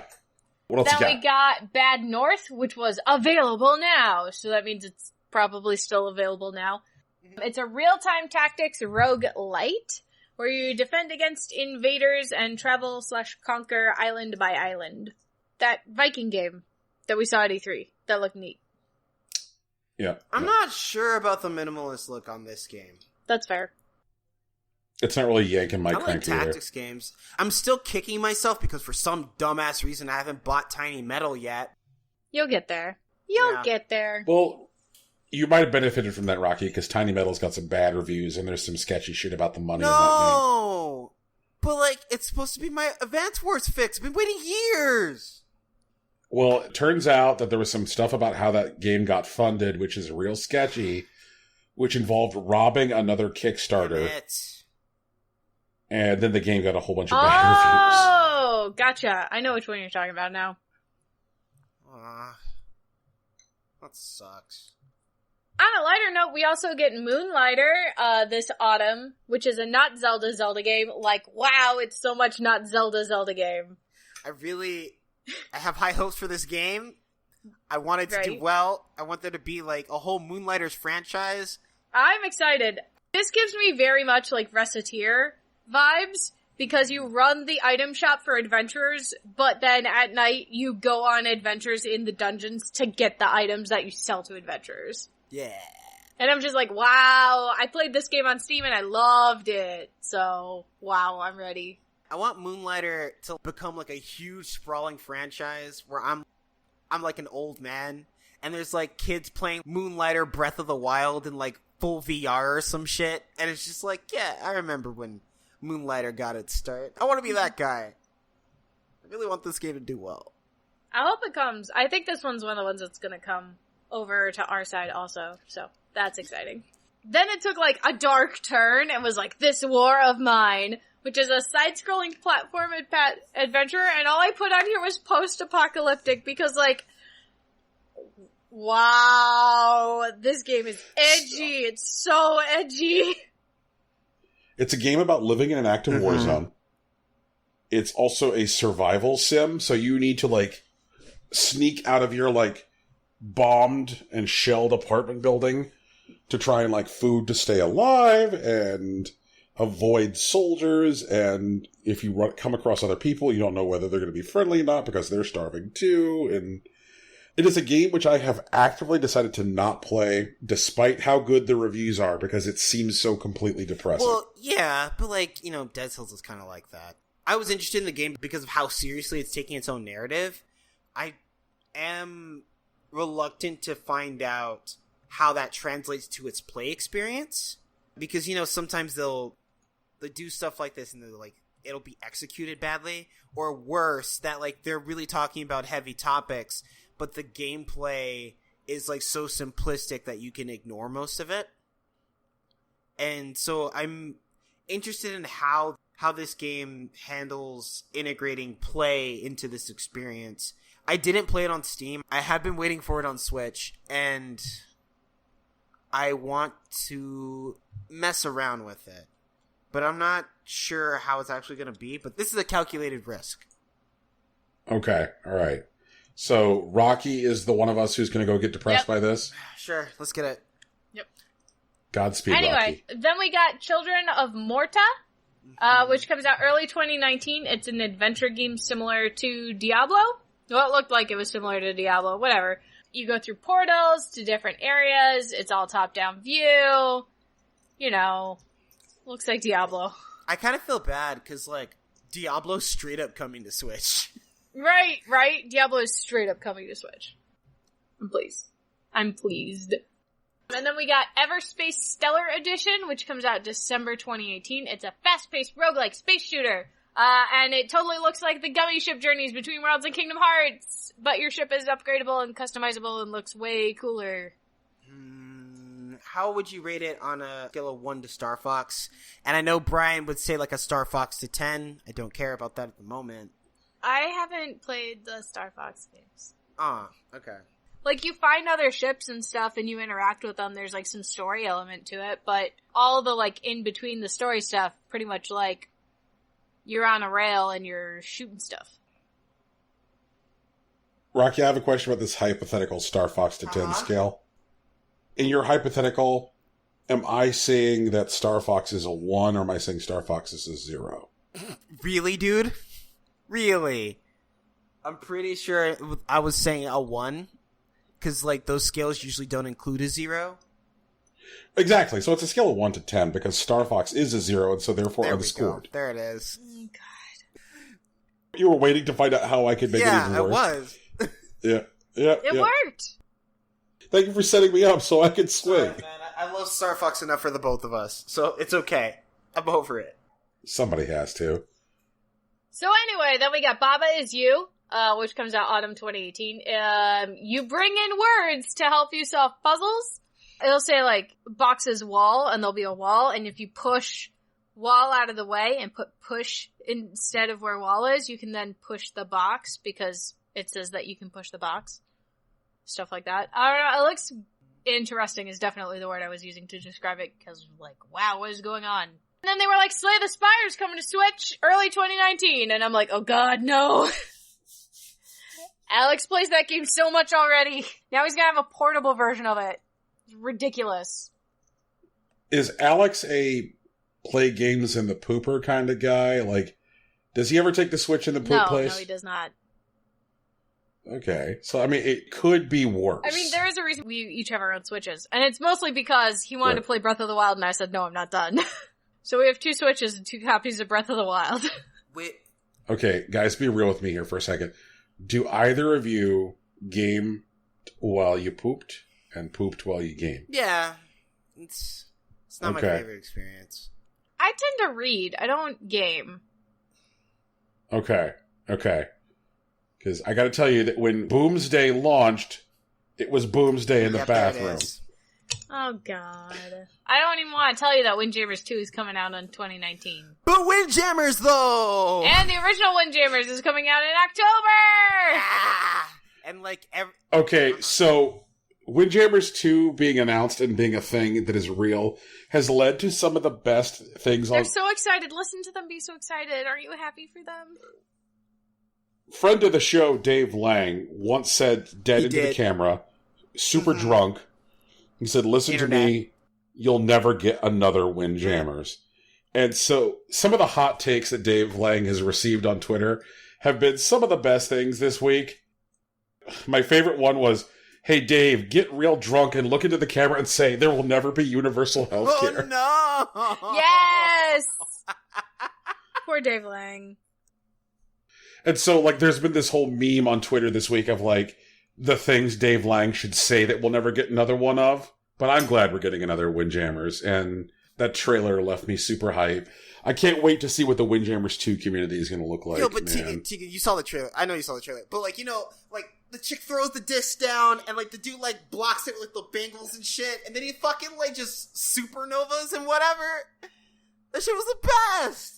Man, Rocky said a string of words there, and I have no idea what they mean. I was so lit. The Windjammers trailer. Yeah, I know. I didn't understand what was going on in the Windjammers trailer either. Oh, because Tegan's never played Windjammers. Tegan's never played Windjammers, so I was just like, oh yeah, that's some stuff. And I'm like, I'm gonna add this to the show doc, and they're gonna fucking lose it. But that was like, because that's exactly how the game goes. That's also one of the reasons I dislike the Pokemon anime, because, like, the Pokemon anime doesn't go the way the game goes.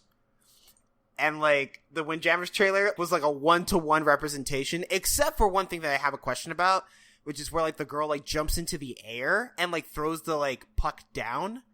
And you can't do that in Windjammers. But if you could, like, do that in Windjammers 2, if there's, like, a slight, like, third dimension to, like, the game where you could, like, throw aerials and shit, that would be dope.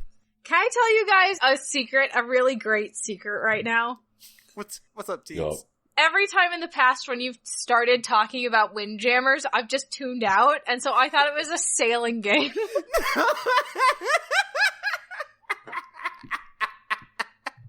Until I saw this trailer, and then I'm like, what is going on? Oh no! Tegan, you thought they were playing a sailing game in Evo! Excuse me, 1 second. 1 second. One second. God damn it! Alright. Oh, goodness. Ah. Oh, man. Oh, God. Oh, Jesus. That's amazing! Fuck me. Just... Video games are canceled. Are you sure it's just not this show? Like, I can excuse myself at this point. I'm No, good. Tegan, it's fine. This is why we're here. We're making experts. There are almost definitely people that believe that Windjammers was a sailing game. I never thought that. That wasn't I thought it was experience. like a competitive, like, boat racing sailing game, you know, where you, like, you stand up on the boat and you, like, got the sail and you, like, lean. I thought it was one of those. Tegan, Like, let's that make made sense. Tegan's out here thinking that Windjammers is fucking Wally Gladstone in the Sea of Greed. And then it was just like, this is not anything that I pictured, and holy shit, what is going on? Yo, Okay. let's go. And the French, Tegan, they love this game. Right, yeah, and I could totally see it because it's like a big, cool vacation game. Like, I was into it. I was ready to be like, yeah, the French are into it. Okay. Oh, man. Oh, that's like the best news I've heard all week. You're welcome. Oh, God. And then Terraria is coming to the Switch. Prison Architect is coming to the Switch with the addition of, the All Day and a Night and the Psych Ward expansions. And then the additional escape mode will be an add-on that you can purchase in summer 2018. So later. Oh yeah, Prison Architect's also available now. You know. Terraria's not coming until 2019, but whatever. That cat didn't think it was a sailing game. Roman knows better. Roman has seen things. Chill out. Let her live. She knows. Now I know. Let her live, Rocky. I don't think I was like getting on some fucking aircraft to Ohio, like Tegan Somerset, like just man. like. Tegan, we're gonna play some Windjammers at some point. It's gonna be great. Are we gonna do that on the live show? Where I'm like, hi, what's going on? What is this game? We gotta stream some Windjammers, like in person. Festival can be there. Maybe not. Who knows? We'll see. Yeah. Well, I mean, it all depends on like how his clay fighter training is going. That guy's really about his business, man. It's true. Okay, but then also, like, Morphe's Law is out. It's available now. Wait, like, really? It's actually just out? Yeah, they're like, it's out. So I bet they're gonna announce that on ours, too. But it's like, play online against bots if you want. Customize your Morphe. It's got 60-ish frames per second. And they said 60-ish frames per second, like, actually in the trailer. So that's funny. All right. They're, like, taking the piss for sure. There's up to 8 players local, and you can do 4v4 online. I know, it's crazy. It's crazy, Roman. Tegan, can I tell you a secret? Yeah? You know, every time you've talked about Morphe's Law, I've... You've totally tuned out? You don't give a shit? And I low-key thought that it was a game about an attorney named Morphe. Like Ace Attorney? I would have been down for that. That sounds like fun. Yeah. Except he loses all his cases, you have to find the most creative way to lose. See, I would have thought that Morphe's Law was like a physics game. What if it's both a physics game and a law game, and the way you have to lose, you have to build a terrible catapult so that way you can misfile your brief? I thought we were going to do, like, you have to litigate cases against, like, the forces of nature. Ooh, that'd be sweet. I'm down. I'm down for that. Like, objection, gravity was not there. Right, exactly. Like, and then, like, everything just starts floating in the courtroom because gravity isn't there. Oh, no! That sounds sick. Yo, let's make that game. That game sounds great. You in or you in? I'm in. Yes! But we are calling it Murphy's Law. We're going legit on that. Straight up Murphy's. Murphy can come for us or whatever. We'll figure something out. All right. Is that it, that's Tegan? Everything. That's the whole Nindy showcase for the UK. For the UK, and I want these games. Some of these, I bet, are coming. Wait, Murphy's Law is coming. I think all of them are. Well, anyways, Gamescom happened, and while we're not really going to talk about everything that happened at Gamescom, there is one thing that we're really excited about, and that's the new NVIDIA graphics cards got announced. The 2080 series. It's a state-of-the-art new line of graphics cards that NVIDIA is saying is miles ahead of the current 1080 series, and the highest end card will be $1,199, or, just under $1,200. 2 of the 3 announced cards are currently available for pre-order. The RTX 2080 Ti and the RTX 2080 at $1,200 and $800 respectively. A GeForce 2070 was also announced for $600, but it's not up for pre-order at the time of this news post. Huang also showcased a variety of improvements with the 2080 series today, including, quote, ray tracing and advanced AI-powered lighting. Founders Edition of the 1080 launched at $700, making the expensive 2080 Ti much more expensive at launch. And the standard 2080 is $100 more expensive than the last generation of graphics cards. So, whoo, NVIDIA's coming for your pockets, man.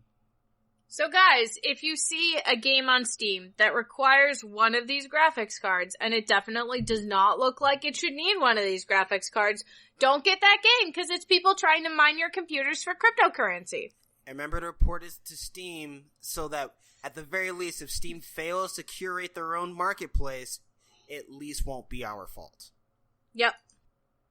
Yeah. It feels like because of cryptocurrency, video games are still in a weird place, man.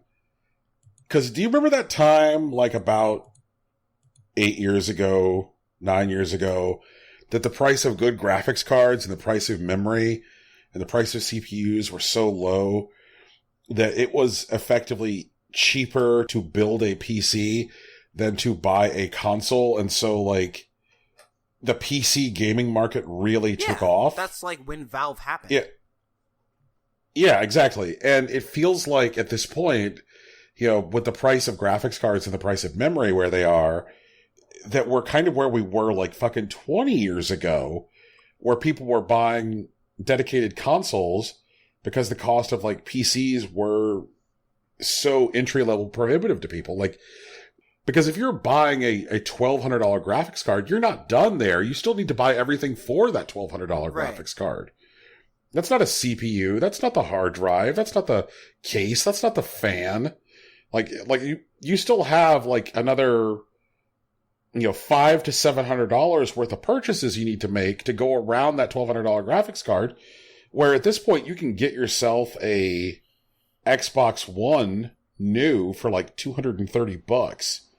Like, Well, what the fuck? While I definitely agree that cryptocurrency is a contributing factor, I mean, there's a lot of good things that have been happening in gaming that also contribute to that price hike. You know, there's esports, like, as a whole. Like, I mean, the shooters have been around forever for the most part, but stuff like Overwatch League and, like, League of Legends and Dota is still really huge, has also contributed to the popularity of, like, high-end PC gaming.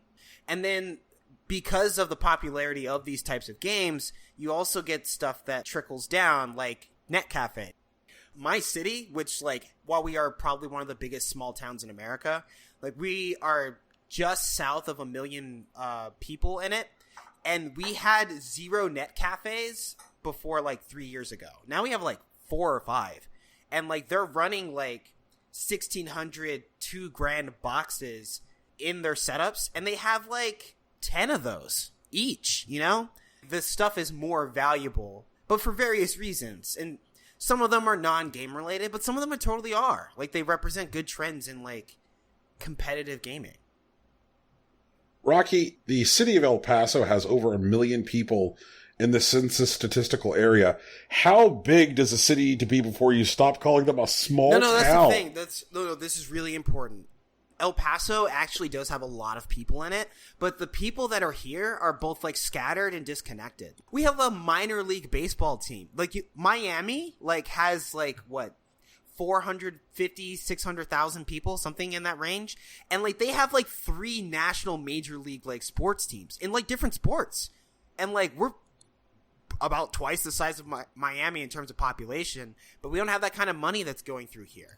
There's a huge population in El Paso, but they're largely disconnected, and, like, they don't have the economic weight that most cities per capita tend to have. El Paso's always had, like, a stupid large population. That's definitely true, but it's not effectively, like, utilized, is what I'd say. So, what is the name of a person from El Paso? Like, Phoenix are Phoenicians. El Pasoans, yeah. El Pasoans, like, would you say that, like, there isn't, like, a unified El Pasoan identity? Yeah, absolutely not. We are definitely a very tribal city. I grew up my entire life hating people from the West Side, and now people on the West Side are like, okay, but I'm still, like, skeptical. You know what I mean? The Northeast is, like, essentially it's like a mix-up between, like, the ghetto and, like, people that are, like, related to or live on Fort Bliss. Fort Bliss is its entirely own entity that has, like, 300,000 people living there that are just rotating soldiers. And then there's the Lower Valley, which is, like, mostly, like, lower middle class to lower class people that live there. The town is very segmented, and it's really spread out. Like, even though, like, I-10 runs through the whole thing, like, it takes you about an hour to drive, like, across the city, and, like, people don't really communicate the way that, like, larger cities have those kind of connections. Yeah. Huh. I would say that, like, the same kind of, like, you know, cross-city transit problems that you're describing also exist down in Tucson, but there is definitely a Tucson identity. there is a attitude and a way about the people from Tucson, and there is definitely a unified, pride to the city. I had no idea that El Paso was about as big as Vegas. That comes as a fucking surprise to me, but sure as shit it is. Yeah. Wow. That's wild. Come to Impossible Coin. We'll learn you some shit about West Texas. Down to El Paso. We'll eat some tacos. It'll be cool. So would y'all like to discuss what came out on Steam today? Yeah, what came out on Steam today? Well, 66 games came out on Steam yesterday. That's a little low. Yeah. I'm well and truly surprised. And so far, 4 games have come out on Steam today. So far, we have Bottle of Truth. I would read the description, but it is entirely in Cyrillic.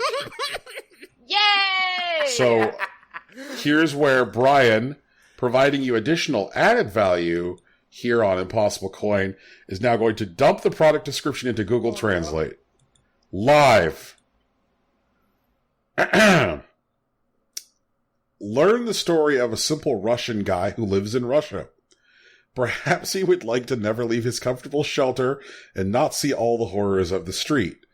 But fate has prepared him for completely different plans, and he will have an exciting adventure. Yeah. This appears to be a visual novel. Okay, following a Russian guy and like Russia as Russia. Yeah, this appears to be a visual novel about a Russian lad having a bad time in Russia, but for some reason there's like anime girl in weird Russian poverty land. Fuck. I don't even know. Do Russians like anime? I remember Putin like not liking anime. He seems like that type, doesn't he? Next up, we've got Deadly Stigma. Okay. Deadly Stigma is $1.59. Oh, I forgot to get the price on our Bottle of Truth. That's 59 cents. Deadly Stigma is an exciting pixel shooter in a sci-fi style. The action takes place on a spaceship built to transport the latest form of carbon life in the universe. The central system was invaded by a virus created for destroying the life capsule. Your target is to stop it. It looks bad. It's $1.59, man. It doesn't even look bad in any kind of spectacular way. Garden variety garbage. Yeah, I mean, at this point, we do this segment every week, and so, like, we're no longer impressed by something if it's just shitty, because we're like, come on. Was happy to get some positive feedback on this segment last week from Big Sanj, who definitely found some shit to flip out on himself during the segment. Next up is Joy Door. Joy Door is the main character who got to the world from which he needs to get out. What the fuck? Okay. You have to help him. Help him! He got to the world! He needs out! He needs out now. In the game, you are waiting for opponents who will disturb you. God. Oh no! I am already disturbed. Be careful, because you only have one life. You'll need to look for the keys to get out of this terrible world. So the preview for Joy Door is the same screenshots that he has in the screenshot gallery. It's just a slideshow, and he has put the dumb spinning effect on all the screenshots, and he appears to have made this trailer in the default movie selection for iMovie. Shit. And lastly, our final title, which is released on Steam today, and I think truly the one which will be hottest amongst us, Test Your Knowledge Cats. Okay. Is a test game that will test your knowledge of different cat breeds. Do you know how to look like a variety of cat breeds? Hey! I want to look like a cat breed. Havana, Somalia, Oriental, Peterbald, Maine Coon, Pixie Bob, and many others. Kitties. Wait, no. Hold on, Tegan. Graphics card. I'm glad you asked, Rocky. Oh no! Let me enjoy the kitty game! No, Tegan. No. Yes, this quiz game about cats, which is a series of still pictures of cats, where all you are doing is clicking the name of the cat after you're shown the Right. picture, somehow requires a GeForce EN 9600. There it is. Sorry, Teeks. No! How do we feel about this new hot trend in this segment? Like, do we not like this? Because I don't like this. Can we just report these games? Guys, continue to help us report these games. We're doing our best, but we need your help too. Yeah, man. It just makes me Dating on sad. cat lovers everywhere. Oh. But speaking of cats, I believe that we actually have some mail for our cats to grade this week. True. So we got 2 pieces of mail on Facebook. Oh, we did? Yep. Our first piece of mail, we actually got before the last episode. It's from Oscar Garcia. I told Oscar that we would hold it until Tegan got back. Okay. Yep. And it says, can the team and their cats help my wife and I choose a short list of games for the Nintendo Switch to buy? Our time is limited.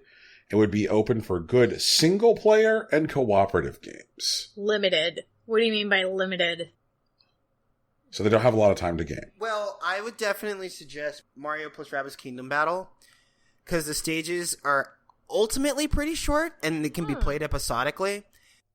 I mean, you can definitely clear a world in an afternoon, but, like, even taking, like, upwards of half an hour to clear, like, a couple of stages at a time is a good experience. Mm-hmm. I'd put Octopath Traveler in the same space.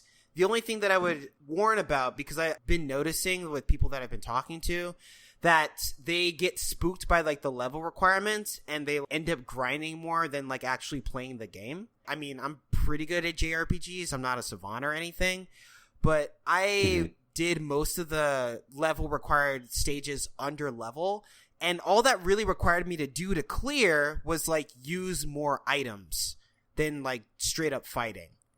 But otherwise, like, it wasn't really that bad. And Octopath Traveler, I did play episodically. When I was doing Endgame, I definitely sat down and played for a while. But for the most part, I would just kind of do, like, a chapter an evening or something. And that was fine for me.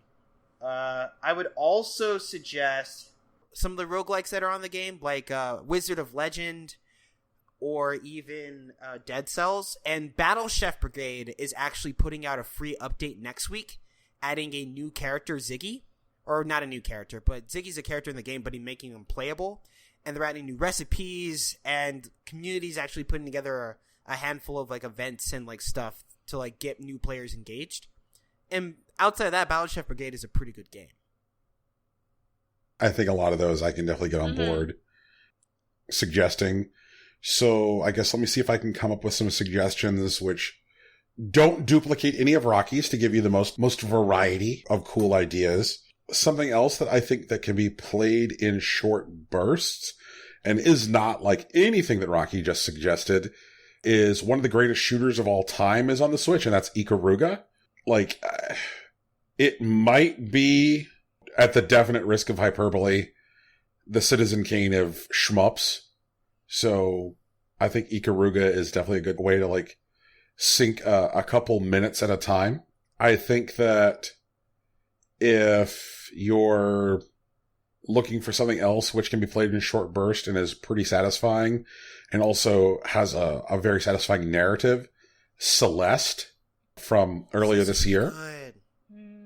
Super satisfying. And I think that for somebody who, for time is a consideration, I think that Celeste is another one that is, you know, worth calling out.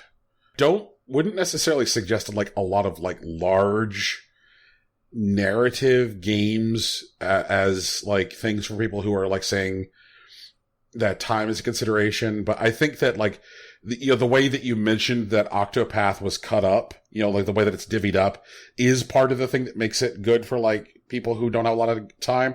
I think is also true of LA Noire. Since like LA Noire is divided up into individual cases, it's very easy for you to sit down and say like, I'm going to do a case. Because it like gives you a title card for the individual case. And then you get to the end with like where you get graded on the case. And it's very good, like pick up and put down spots, right. Which is not something that you're going to necessarily get with like a Skyrim or a Breath of the Wild, where it's just like, hey brother, can you spare 16 hours? And you're like, shit, I had to go to Lowe's today. I won't Fuck. forget to go to Lowe's. Exactly. Isn't that like sound like the kind of place that people forget to go? I totally support the Mario plus Rabbids Kingdom battle. I think that's a real strong suggestion. In a similar vein, let me recommend Captain Toad Treasure Tracker. True. Lots of like good self-contained puzzles where you can sit down and be like, I'm going to do a level. I'm going to do 2 levels. Like I think it's another very good like pick up and put down game. Like I'm trying to confine my recommendations definitely to like games which I think are easy to pick up and easy to put down. I think that people might overuse the phrase perfect for Switch. At least, especially now. Definitely. So I think that those will probably be the ones I'll go with recommending. What would you like to add, Tegan? I'd like to add Fee. Because Fee doesn't really necessarily have any select stop and start points the way that some of the other games that you mentioned were. It's really short. So I feel like, I'm gonna just go a little bit further and see exactly where this is and then sit on it for a while. Like, I'm okay with that. So I'd recommend Fee. It's fun. It's like a quiet kind of chill game. It's not like super stressful or anything. I also want to recommend Splatoon, but like, cause that really does have like set pick up and put down points, You can do like a level in single player, you could do like 2 matches in multiplayer, like that kind of stuff's real easy. But if you're one of those kinds of people who are like, I have to end on a win, then maybe not so much. I don't know. Okay. The matches are only like 7 minutes total between like load time and getting your rewards, so. No, I think that is a good call out, Tegan, because the multiplayer in Splatoon is both simultaneously co-op as well as competitive. Mm-hmm. And one of the other things that they called out in their message is co-op. Mm-hmm. And because they're calling out co-op, I want to add one more game to my recommendations. Super Mario Odyssey! Which is... No. No. The multiplayer in Super Mario Odyssey is a travesty. Oh, okay. It's like no one wants to be the fucking hat. Be the hat. No one wants to be the hat, Tegan. Right here, she wants to be the hat. Can I be the hat? Tegan, don't lie to me. Can I be the hat? Tegan, you are bullshitting me. Tegan, tell me you... Tegan, and be honest with me. Player 2, so can I be the hat? Tegan, you don't want to be the hat. No two. one wants to be she that. Wants to be the hat. Leave it alone, man. All right, continue your lies. I'm going to add one more, which is Snipper Clips. Oh, yeah, Cut Snipper it out Clips. together. Snipper Clips is good. But don't play it if you both want to take control, because, like, then you'll have a bad time. You'll just yell at each other the whole time, like we did! There's a couple of games like that on Switch that I am wary of. Like, well, Snipper Clips is one of them, but also Overcooked. Because, like, Overcooked is definitely a pretty stressful game that requires, like, someone to be, like, managing. Because if you, like, both try to manage, like, you guys won't communicate. And that won't really work well. There is another game that does less of that, but it's not ready for Switch yet. Stardew Valley, which is a really good single-player experience, has recently added multiplayer to its PC game, and consoles are getting multiplayer in the future, but we don't have a date for it yet. So it's more something that you want to keep an eye out on, unless you really want to, like, farm and stuff. And in that case, like, pick it up, have fun. Yeah, I specifically didn't mention that one because I think that Stardew is one of those games where, like, you get in there and you're like, well, fuck, I forgot to go to Lowe's. I think that Stardew is a fuck, I forgot to go to Lowe's game. Okay, I get that. Yeah. Oh, there was something. Well, let's see here. Tegan. I thought of something. You got another one? I thought of something. Uh-huh. It's gone. It's a game that's not out yet, but it is coming to Switch. Keep Talking and Nobody Explodes is coming to Switch. Oh, yeah, that's a good game. That's a great 2-player, like, we're just gonna do one bomb. We're just gonna, like, we're gonna figure it out and then we're done. And because it can only be played in handheld mode, so one of you has to be away with the Switch. Like, you can't both sit there with the TV. That's cool. Mm-hmm. Keep Talking and Nobody Explodes is a really fun game. You know, it's already out on some other platforms. Also, if you're interested in Keep Talking and Nobody Explodes, Fangamer is publishing a pre-printed, very nice-looking version of the bomb defusal manual. So that way you don't have to make your own bomb defusal manual, which really facilitates this as a, like a good party game. Where you'll, like, have some folks over, have a couple drinks. We have like, 2 copies of the bomb disposal manual. We have my copy, which has colored tabs in it. And we have Alex's copy, which he definitely spilled coffee on. And possibly soda.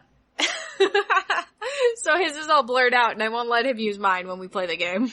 I think that's a really good call out, Tegan, because I think that one also has the added benefit of being really good for, like, when you have guests over and have a party. I think that Keep Talking and Nobody Explodes would be a really versatile go-to game. Like that is a much better game than, like, hey guys, let's play what's the name of that, like, card game with the black and white cards where Humanity. Inevitably somebody says something.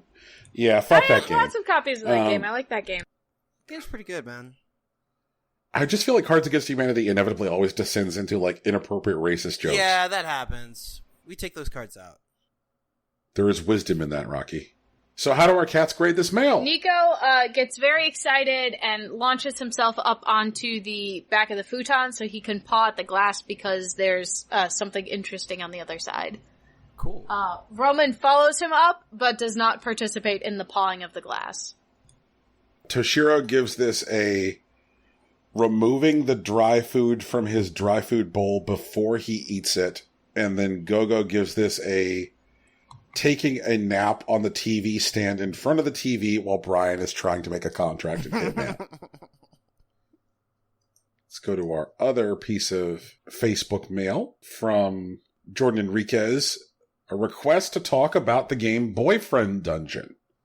I wanted to bring the game Boyfriend Dungeon to our attention in case we didn't know about it.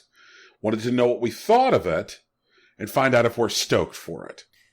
We've brought it up a couple times. Okay, so I'm gonna go first. I am fucking marked out for Boyfriend Dungeon. It sounds hilarious and, like, dope. And it's in that weird niche of games where it's like dating sims as other games. This is like dating sim dungeon crawler. I like how the weapons, the boyfriends, or all the romantic protagonists, whatever you call them, are named after, like, actual weapons, like EP and, like, glaive and, like, laser blade. Like, some of them are, like, goofy, but some of them are, like, they really fit. Like, I could definitely see myself meeting a girl named EP or a guy named Glaive.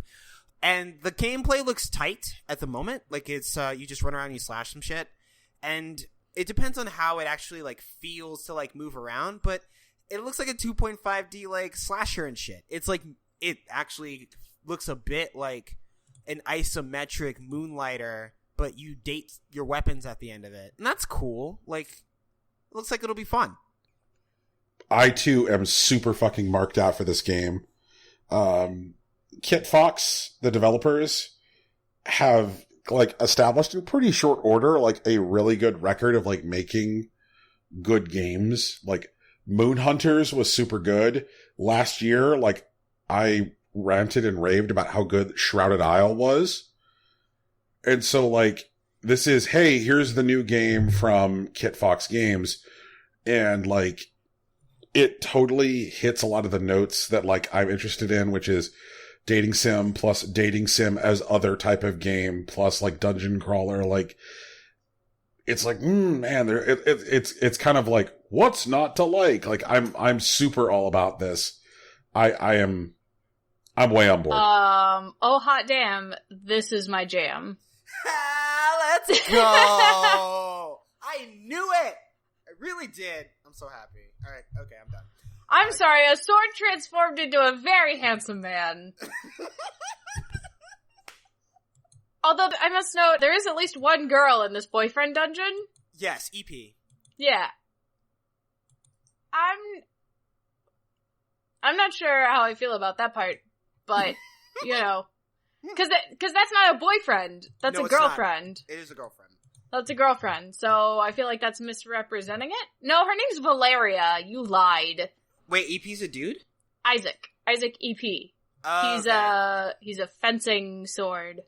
I got mixed up. I'm sorry. Sorry to everyone who's huge fans of Boyfriend Dungeon. Point is, I like the game. It looks cool. Oh, Sawyer, ooh, I don't know what that symbol next to Sawyer means. Yes. I like Sawyer.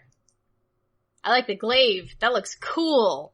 Right? I can date the cat? What? Wait a minute. I can't, whoa, wait a minute. Oh no, wait a minute. Tegan, He looks like my cat. Tegan has been floored. She is He in looks hard like knockdown. Roman. I can date Pocket, and he looks like Nico. Oh no! Probably shouldn't date your son, Tegan. Oh, my boy. I just gotta make sure he's good to his girlfriends. He just likes other cats. Oh my god! That's my cat.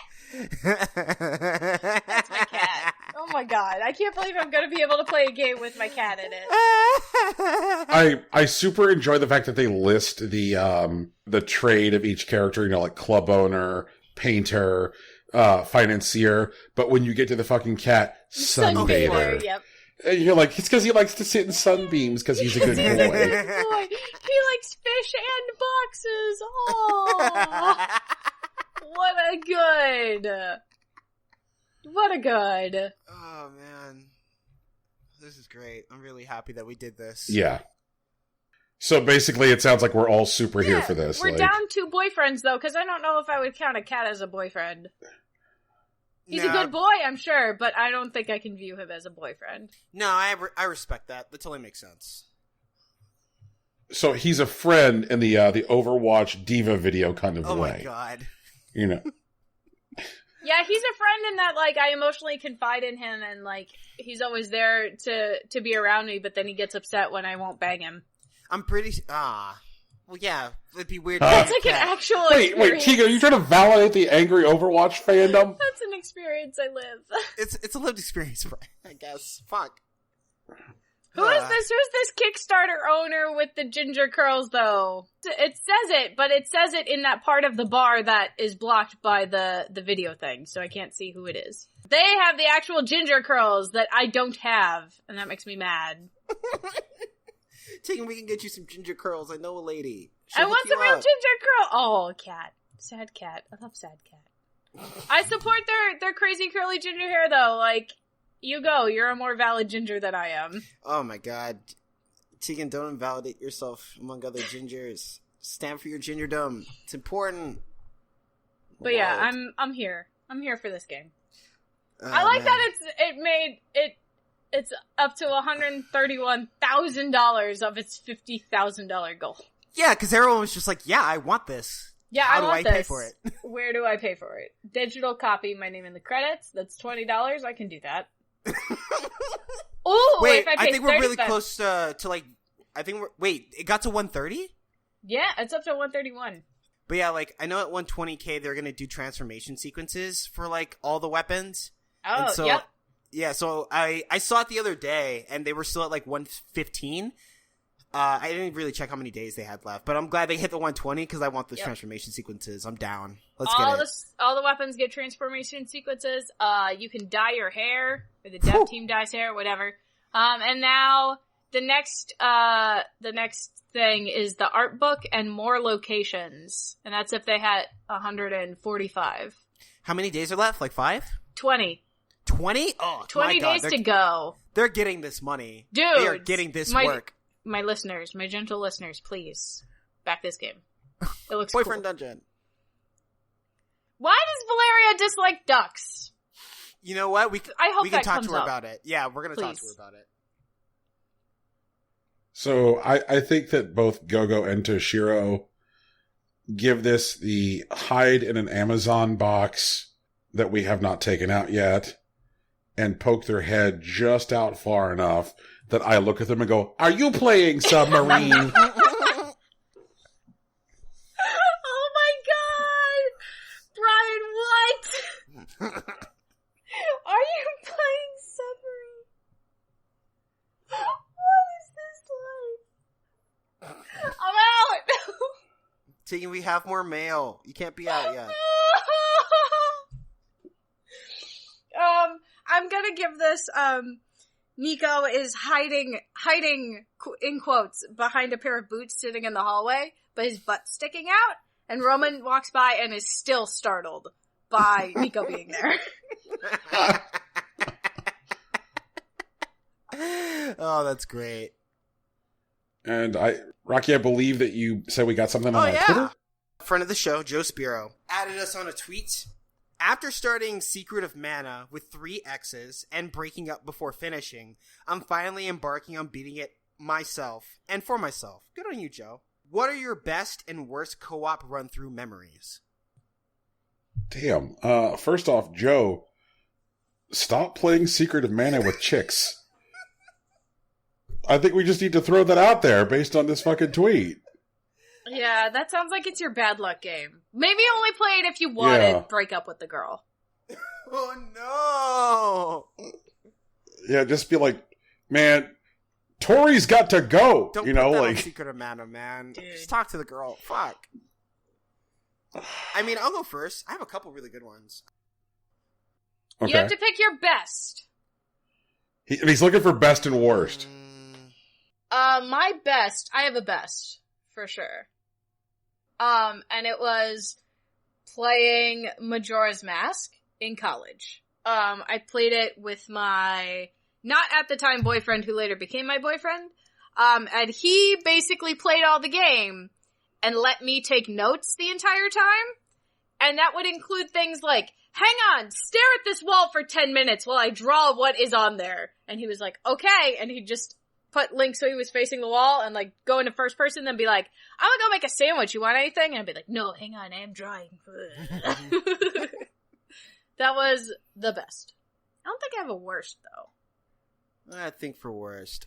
So, I mean, I have a lot of really good run-through memories because I play a lot of shit. Like, I mean, I play Paper Mario every year, and I've done that with various friends. I played a lot of Okami. I did like a semi-annual run of Okami, but I think the best one was playing like Tales of Symphonia with my brothers, because there's 4 of us. That's the whole thing, and we were playing on GameCube, and we had controllers. We all had Wavebirds because it became a thing after a while. But the point is, we had 4 Wavebirds, and we played through Tales of Symphonia, and Tales of Symphonia like could be played by one person, but the battle system you could control each character like individually. And for a while, I definitely hogged like deciding where we were gonna go and whatnot. And but later on, like I was able to like let go and let my brothers like decide to go on different stuff. And sometimes they did side quests. Sometimes they just ran around and like grinded for other stuff. But some of them started looking up guides. You know, they're just like, hey, I heard that like if we do this fight at this time, we get access to this quest later. We could go take a look at that. So like we went around and did stuff like that. It was a really cool bonding experience for like the 4 of us. And like at endgame, a lot of the characters are like crazy strong. And so like in addition to like us getting like stronger characters, we all got like better at playing the game together. And so like we started like doing things like, you know, setting up unison attacks or like setting up each other's combos. And that was really cool. I really enjoyed that time. Dig it. Anything else pop to mind? Worst co-op experience? Or if there's another especially notable positive one that you want to... Nah, I'm gonna, because like Joe shared a bad experience with us. Well, sorta. But I remember playing through, I think it was, no, it had to have been like Wind Waker. I was playing through Wind Waker, but I was playing with my youngest brother, Emery. And like, Emery's the youngest of us, and so when we play competitive games, which we did a lot, Emery was usually on the losing side of a lot of stuff. To the point where like he was like really insecure about how good he was at video games. Later on, he played with like, you know, local friends and whatnot, and he would like kick the shit out of them, and he'd feel really good about it. That was a whole other thing. Deal with that later. But we played Wind Waker together, and I remember like Emery getting like really upset at like the game like by himself, but like in a way that like as if he was yelling at another person like with us, and that was like really stressful for me. Usually like when we played like RPGs, like any of us, we would play through and we get like stuck on some stuff, but we knew that we would eventually figure it out. And so like we would just like adapt to it or try some new stuff. But like he would get like really upset, like emotionally hurt. at like some of the boss fights that he would lose. Like I remember like one time he like really like cried during like a fight, and like I didn't know what to do about it. Like he was basically like inconsolable, and I felt really bad because I feel like now if I lived through that experience, I probably would have handled it better. But at the time, it was really bad for both of us. Yeah. That sounds less than great. I think that probably for a worst one, there was a point where I was trying to get off the ground with Joe's other podcast, like a 8-part series where we would spend an episode each like dissecting all of like the gameplay mechanics, references, dynamics of like each individual level in Hitman 2016, because that game is so dense that like each level in that game is like a game unto itself. And so like there were some people I picked who I wanted to be on it. And so I set up some play sessions to play those levels with the people that I wanted to be on the show, have them come over to the Cartwright house, hang out, talk, and then play through Paris, play through the first level. And one of the people who I asked to be on the show seemed like he was being intentionally bad at video games. Like, so much so that, like, at one point, he, like, looked at me, and he had that, like, that, like, just about ready to, like, cry look that sometimes people get on their face. His eyes looked like that, but his mouth looked like a smirk, and he's like, "Are you mad at me?" And I'm like, this is a person who wants me to yell at him. And so I realized that, like, what I was actually getting locked into was somebody's, like, weird, masochistic, emotional garbage. Ooh. And I was like, it's like, you want me to yell at you about a podcast? Like, wanting to get together to play some games for something that should have, like, led to, like, a game, talking about a game that I really love, meaning, like, a detour into someone's, like, weird garbage. And then, like, I had another session where I invited some other people over, hoping to, like, still have the thing get off the ground. And that was fun, but the whole thing never came together.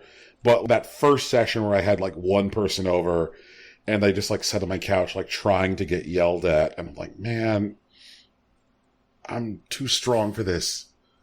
No. So you go mean away. You did have the fortitude for that nonsense? I did. I mean, it took all of it. At no point did he tell me that fucking Hitman was a game about sailing. He's really mad about that. No. He is. Sorry, Brian. I'm sorry, I'm the worst. Forgive me. This is part of my charm. And I would say that, like, probably my favorite one is, like, pretty recent. I have absolutely loved, and it has meant a lot to me, to escape from prison with both of you. Aww, that was such a good time. It was a good time. Aww. Yeah, like, because that game is so cinematic and has such, like, big set pieces, it's really easy to, like, say to someone, like, "Oh man, you remember that time?" And, like, it's very good at, like, conjuring emotional memory cues. It's a good ass time. So you'd be like, "Oh man, like, you remember the part where we were getting out of the fucking hospital?" Or I think it's a cool dynamic because it demands it be played only by two people, and because of the way the game is designed, it is set up to be easily remembered, and it's a cool experience. Yeah. I think that my cats rate this. We would prefer to play a competitive game, you jerk, and sit on the dining room table and bat at each other until I go, "Hey, hey, hey, hey." At which point they just stare at me like I'm the answer. Rowan writes this as, "Why did you stop petting me? Please, I need the attention," and crawls onto your lap, under your arms in the middle of what you're doing, so that you have to basically hug him and deal with whatever motion control game you're playing. And Nico will just scream from next to the chair because he wants to be in your lap too, but there isn't enough lap for both of you. Nice. Small lap problems. Okay, guys. I'm pretty sure that's all our mail. And this has been our show. If you liked it, or even if you didn't, we'd appreciate it if you left us reviews, on iTunes, Google Play, or Stitcher. And as a bonus, if you leave your review on iTunes, Brian owes you a biscuit. You will figure that one out. Also, there's music at the beginning and end of this podcast. It's produced by Big Sach. His work is available on SoundCloud at soundcloud.com/Big Sach and J. And you can follow him on Twitter at Hillary_Swank. We still have a Discord. I still play Monster Hunter. Brian still plays Hearthstone. We stream from time to time, so keep an eye out for those. I'm on Mondays. Brian's on Fridays. And that's us. This is Impossible Coin. There's some changes that Brian's going through, but I feel like going forward, it might actually be easier for Brian to stream on Mondays because of his new schedule. Yeah, because it's like, hey, if I'm off on Mondays, I can actually start pretty early in the day and get in some good time. We'll do a loser leaves town match. It'll be a whole thing. Oh, fantastic. Like, I tell you what, man, we're doing that shit in a cage, and trash tags and thumbtacks are legal. Oh, God. That's going to be a whole intense. thing. All right. But guys, this is the show. Brian, can you send us off? Peace. Bye! Later. It's official. You suck.